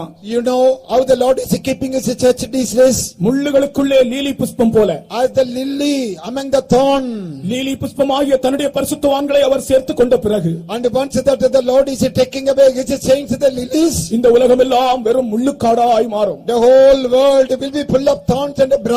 அவர் சொல்லுகிறார், ஓநாய்களுக்குள் ஆடுகளை அனுப்புறது போல் உங்களை அனுப்புகிறேன். And Jesus says, I am sending you as sheep among the wolves. அவருடைய வருகையிலே அந்த ஆடுகள் எல்லாம் எடுத்துக்கொள்ளப்பட்ட பின்பு, And in his coming when the sheep are gathered, இந்த உலகம் எல்லாம் ஓநாய் கூட்டமாய் மாறும். the whole world will be full of wolves. நீங்கள் இந்த உலகத்துக்கு வெளிச்சமாய் இருக்கிறீர்கள். You are the light of this world. இந்த வெளிச்சங்கள் எல்லாம் எடுத்துக்கொள்ளப்பட்ட பின்பு, Once these lights are cut up, இந்த உலகம் வெறும் இருளாய் மாறும். the whole world will be full of darkness. ஒருவரும் கிரியை செய்யக்கூடாத ராக்காலம் வரப்போகிறது. Oh, the night time when no man can work is coming. இருள் வரப்போகிறது. The darkness is setting. இருள் பூமியை மூடும். The darkness will cover the earth. காரிருள் ஜனங்களை மூடும். The darkness will cover the people. அதுதான் உபத்திரவ காலம் என்று அழைக்கப்படுகிறது. That is called as the tribulation period. அந்த உபத்திரவ காலத்தின் காலம் 7 வருடங்கள். And the tribulation period consists of 7 years. அதிலே ரட்சிப்பு இல்லை. There is no salvation. அதிலே சந்தோஷம் இல்லை. There is no joy. அதிலே பாடல்கள் இல்லை. No song. கிருபையின் வாசல் அடைபட்டது. The door of grace is shut. அதற்கு மேல் அங்கே நமக்கு ஒன்றும் இல்லை. After that we got nothing to do there. பயங்கரமான காலம் அது. That is a terrible time. அதனுடைய மத்தியிலே, In the midst of that, ஏனோக்கும் எலியாவும் 2 தீர்க்கதரிசிகள் இந்த உலகத்துக்கு வருகிறார்கள். 2 prophets Enoch and Elijah will appear on this earth. அவர்கள் இப்பொழுது எங்கே இருக்கிறார்கள்? Where are they now? அவர்கள் இந்த சரீரத்தில் தான் மரிக்கவில்லை. They are not yet dead, they are in this physical body. அவர்களை தேவன் இப்பொழுது எங்கே கொண்டு போய் உயிரோடு வைத்திருக்கிறார். Somewhere God has taken them up alive. எந்த பிளானட்ல கொண்டு போய் வைத்திருக்கிறாரோ தெரியாது. We do not know in which planet they are. ஆனால் உயிரோடு தான் ஏறி போனார்கள். But yet they went up alive. ஏனோக்கும் எலியாவும் our எடுத்துக்கொள்ளப்பட்டார்கள். And Enoch and Elijah were cut up. அவர்களுக்கு ஊழியத்திற்கென்று 3.5 வருடம் கொடுக்கிறார். And for doing the ministry God is giving 3.5 years. கடைசி வெகுமதியை பற்றி தான் இப்பொழுது நான் பேச I போகிறேன். am speaking about the last gift.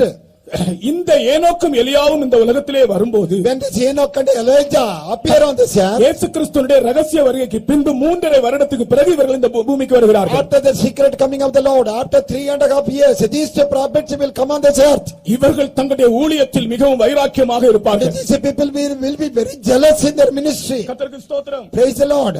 இந்த ஏனோக்கும் எலியாவும் தீர்க்க தரிசனம் சொல்லி 3.5 வருடம் தீர்க்க தரிசனம் சொல்லி முடியும் போது, And this Enoch and Elijah will prophesy 3.5 years. At the close of that, இவர்கள் எதற்காக தீர்க்க தரிசனம் சொல்லுகிறார்கள்? what for are they prophesying? அந்த மகா உபத்திரவ காலத்திலே, In that day of great tribulation, அந்த கிறிஸ்துவின் முத்திரை ஏற்காதபடிக்கு யூதர்களை தைரியப்படுத்துவதற்காக ஒரு ஊழியம். to encourage the Jews so that they may not receive the mark of the beast. இந்த நாட்களிலே நமக்கு ஊழியம் கஷ்டம் என்று சொல்லுகிறோம். And in these days, we call ministry difficult. அந்த இருண்ட காலத்தில் 3.5 வருடங்கள் எப்படி அவர்கள் ஊழியம் செய்கிறார்கள் In பாருங்கள். that dark day, 3.5 years, see how those prophets are serving the Lord. அவர்கள் ஊழியம் செய்து முடிக்கும் போது, When they finish their ministry, அந்தி கிறிஸ்து அவர்களோடு யுத்தம் பண்ணி அவர்களை கொன்று விடுவார். Antichrist will fight against them and kill them. அவர்களுடைய ரெண்டு பேருடைய பாடியும் எருசலேமின் தெருவிலே இருக்கும், கிடக்கும். Under the street of Jerusalem, the dead body of the two prophets will be lying. 3.5 நாட்கள் அப்படியே கிடக்கும். 3.5 days the corpses will be seen. சிலர் நேரடியாக பார்ப்பார்கள். Some people will see physically. சிலர் தங்களுடைய வீட்டில் இருக்கிற டெலிவிஷன்ல பார்ப்பார்கள். And some others will be seeing the body through the television in home. அப்போ அந்த டெலிவிஷன்ல பார்க்கிறவர்கள் யார்? And who are they looking at the corpses of the television? வருகையிலே கைவிடப்பட்டவர்கள். People who are left behind in the coming of the Lord. பூமியில் உள்ள எல்லாரும் பார்ப்பார்களாம். All the people of this world will see. ஒரு சிலர் என்ன செய்வார்களாம்? You know what a few people will do? இவர்களுடைய மரணத்தை குறித்து சந்தேகப்பட்டு சந்தோஷப்பட்டு and they will feel happy about the death of Elijah and Enoch. ஒருவருக்கொருவர் வெகுமதிகளை அனுப்புவார்களாம். They will be distributing the gifts.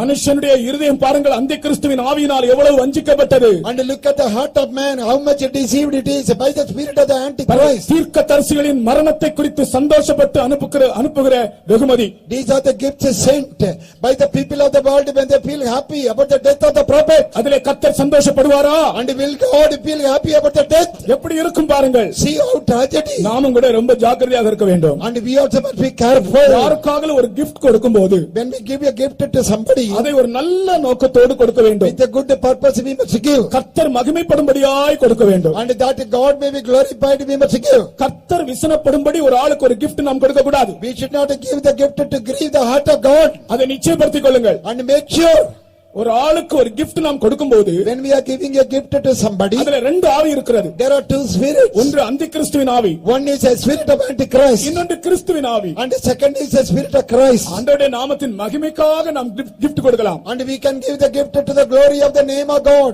ஆண்டவர் துக்கப்படுகிறது போல நான் ஒரு ஆளுக்கு ஒரு gift கொடுக்கவே கூடாது. We should never give to grieve the heart of God.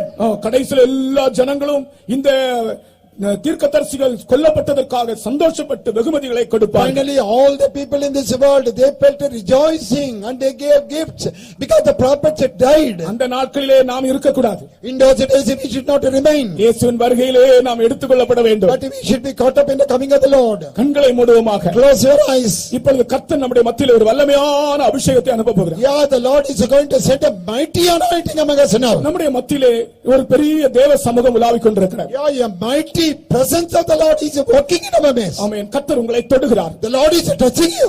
தேவ சித்தம் செய்கிறவர்களாய் உங்களை மாற்றுகிறார். And he is changing you, doing the will of God. உங்கள் வாழ்க்கையில் இருக்கிற அசுத்தங்களை கர்த்தர் அகற்றுகிறார். Oh, the Lord is removing the filthiness from your life. ஆமென். கர்த்தருக்குரியவர்களாய் உங்களை மாற்றுகிறார். The Lord is making you as a people of his own self. அவருடைய சம்பத்தாக உங்களை மாற்றுகிறார். He is changing you as his own jewel treasure.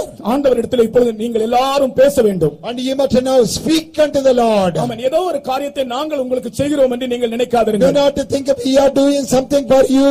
கர்த்தரோடு நீங்கள் பேச வேண்டும். You speak unto the Lord now. இந்த கூட்டம் சீக்கிரம் முடியும். The meeting will be over soon. அதனால் இன்னும் ஒரு 5 நிமிஷம் எல்லாரும் உட்காரும்படி அமரும்படி And கேட்டுக்கொள்கிறேன். therefore I request you to please be seated for 5 minutes. நீங்கள் எழுப்பி போகாமல் இருந்தால் நல்லது.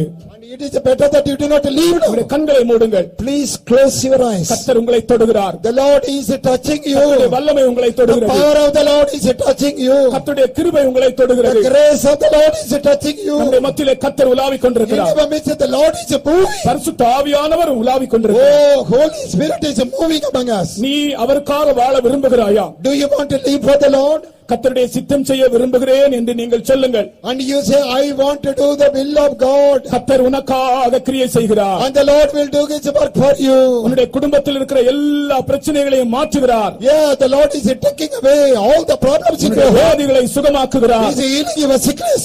உன்னை எதிர்த்து வருகிற வல்லமைகளை கர்த்தர் The நிர்மூலமாக்குகிறார். Lord is destroying all the powers of the enemy. இயேசுவே என்று தாராளமாய் கூப்பிடுங்கள். And he say, cry aloud, இயேசுவே Jesus. என்று கூப்பிடுங்கள். Call Jesus. இதோ நான் இருக்கிறேன் என்ற பதிலை நீங்கள் கேட்பீர்கள். And he will say, you will hear that answer, here am I. எப்படியாகலும் உம்முடைய வருகைக்கு என்னை ஆயத்தமாக்கும் ஆண்டவரே என்று சொல்லுங்கள். And you say, by any means, Lord, prepare me for your rapture. ஒப்புக்கொடுங்கள். Surrender. பிரச்சனையை பற்றி கலங்காதிருங்கள். Do not be perturbed over a problem. கர்த்தர் பேசுகிறார். The Lord is speaking. உங்களுடைய பிரச்சனைகள் எல்லாம் நீங்கி போகிறது. All your problems are vanishing. அவர் வார்த்தை சொல்லுகிறார். And he is telling the word. எல்லா பிரச்சனைகளும் நீங்கி போகிறது. All your problems go away. நம்முடைய மத்தியிலே கர்த்தர் பேசுகிறார். The Lord is speaking. ஆமென். நான் சாவாமல் பிழைத்திருந்து கர்த்தரின் செய்கைகளை விவரிப்பேன் என்று சொல்லுங்கள். And you say, I will not die but live, and then explain the works of the Lord. நான் மரித்து விடுவேனோ என்று பயப்படாதிருங்கள். Do not fear you are going to die. சங்கீதக்காரன் சொல்லுகிறான். Psalmist says, I shall not die but live and declare the works of the Lord. I shall not die but live and declare the works of the Lord. நான் சாவாமல் பிழைத்திருந்து கர்த்தரின் செய்கைகளை விவரிப்பேன். I will not die but live and declare the works of the Lord. நீ மரித்து போவாயோ என்ற சந்தேகம் உனக்கு வேண்டாம். You do not have the doubt that you are going to die. கர்த்தர் உனக்கு ஜீவனை தருகிறார். The Lord is giving you life. உனக்கு விரோதமாய் சாத்தான் கொண்டு வந்த எல்லா போராட்டங்களையும் கர்த்தர் அகற்றிவிட்டார். And the Lord is taking away all the struggle brought by devil against you. உன் குடும்பத்துக்கு கர்த்தர் சமாதானத்தை தருகிறார். To your family God is giving the peace. அவருடைய சித்தம் செய்யும்படி நீ சிலுவையில் அறையப்பட ஒப்புக்கொடு. And surrender that you may be crucified to do the will of God. என்னுடைய வழிகள் வேண்டாம் ஆண்டவரே என்று சொல்லு. And you say, Lord, I don't want my way. என்னுடைய வழிகள் வேண்டாம் என்று சொல்லு. You say, not my ways, Lord. என்னுடைய சுய சித்தங்கள் வேண்டாம் என்று சொல்லு. Not my own will, Lord. நான் உபத்திரவ காலத்தில் நான் இருக்க கூடாது. I should not be there in that period of tribulation. ரகசிய வருகையில் நான் எடுத்துக்கொள்ளப்பட வேண்டும் ஆண்டவரே. Lord, I must be caught up in the secret coming. என்னை ஆயத்தமாக்கும் என்று சொல்லு. Prepare me. கர்த்தர் ஒரு வல்லமை அனுப்புகிறார். The Lord is sending a power. எல்லாரும் பேசுங்கள் ஆண்டவரோடு. Speak unto the Lord. Speak. ஆமென். ஆமென். பேசுங்கள் ஆண்டவரோடு பேசுங்கள். Speak unto the Lord. ஆண்டவரே வருகை காய்த்தப்படுத்தும் ஆண்டவரே. பேசுங்கள் ஆண்டவரோடு பேசுங்கள். Speak unto the Lord. Speak unto the Lord. ஐயா ஆண்டவருடைய மெல்லிய சத்தத்தை கேளுங்கள். And hear that soft voice of the Lord. ஜெபத்தை கேட்கிறவர் நம்முடைய மத்தியில் வந்திருக்கிறார். And he that answers the prayer has come in our midst. ஆயத்தப்படுத்தும் ஆண்டவரே கைவிடாதிரும் ஆண்டவரே. பேசுங்கள் விசுவாசத்தோடு பேசுங்கள். With the faith speak unto the Lord. உன் சத்தத்தை கர்த்தர் கேட்கிறார். And the Lord is hearing your voice.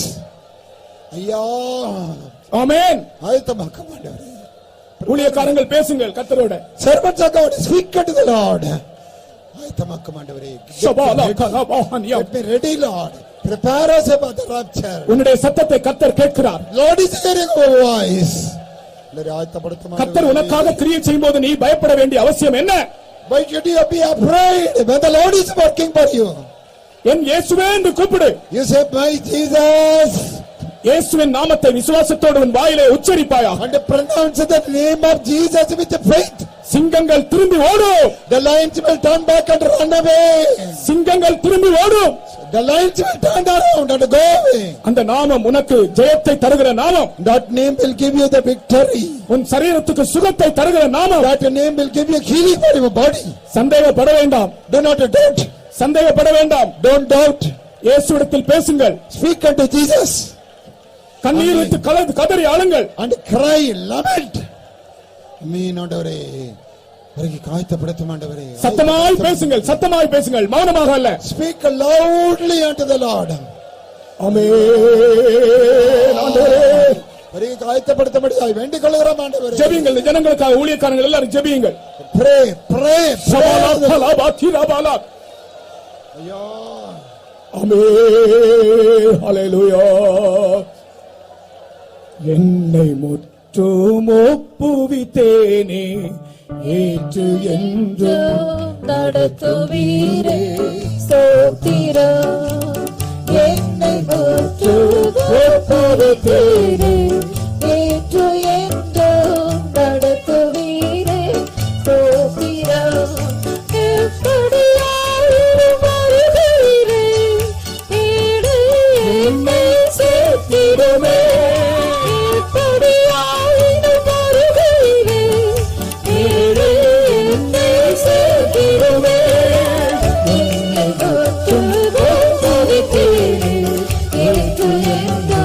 நடத்துவே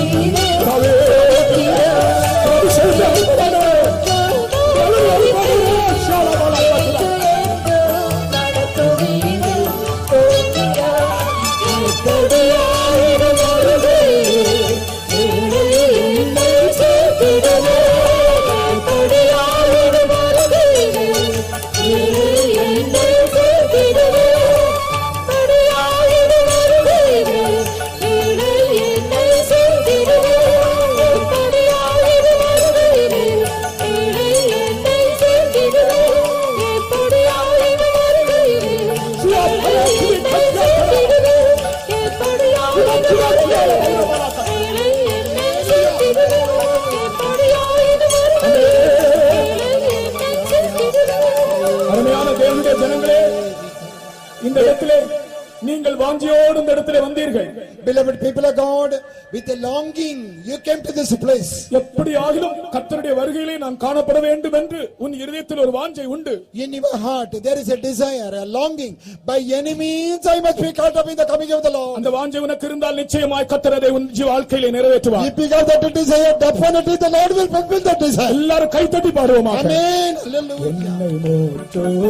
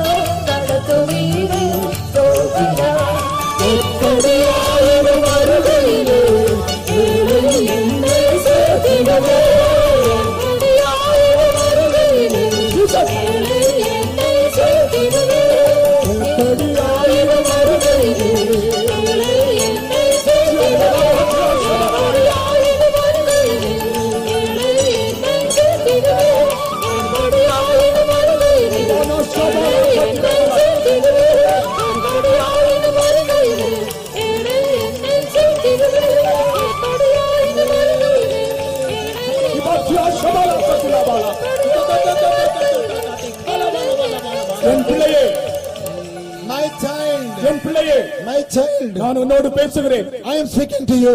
நீ பயப்பட வேண்டாம். Fear not. நீ கலங்க வேண்டாம். Do not be dismayed. நான் உனக்காக எல்லாவற்றையும் செய்து முடித்தேன். I have performed the whole for you.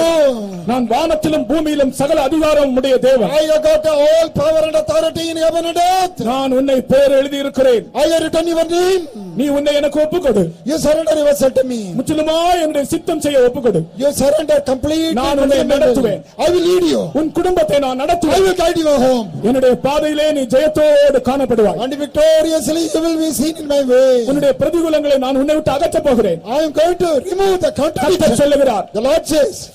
எல்லாரும் விசுவாசத்தோடு பாடுங்கள். And with the faith sing the song. உன்னை மோற்று நொப்புறுத்தே ஏற்று என்று நடத்துவீரே தோத்திரா என்னை மோற்று நொப்புறுத்தே ஏற்று என்று நடத்துவீரே தோத்திரா எப்படியாயிரு வருவீரே ஏழை என்னை சேர்த்திடுவே எப்படியாயிரு வருவீரே ஏழை என்னை சேர்த்திடுவே என்னை மோற்று நொப்புறுத்தே ஏற்று என்று நடத்துவீரே தோத்திரா என்னை மோற்று நொப்புறுத்தே ஏற்று என்று நடத்துவீரே தோத்திரா எப்படியாயிரு வருவீரே ஏழை என்னை சேர்த்திடுவே எப்படியாயிரு வருவீரே ஏழை என்னை சேர்த்திடுவே எப்படியாயிரு வருவீரே ஏழை என்னை சேர்த்திடுவே எப்படியாயிரு வருவீரே ஏழை என்னை சேர்த்திடுவே எப்படியாயிரு வருவீரே ஏழை என்னை சேர்த்திடுவே எப்படியாயிரு வருவீரே ஏழை என்னை சேர்த்திடுவே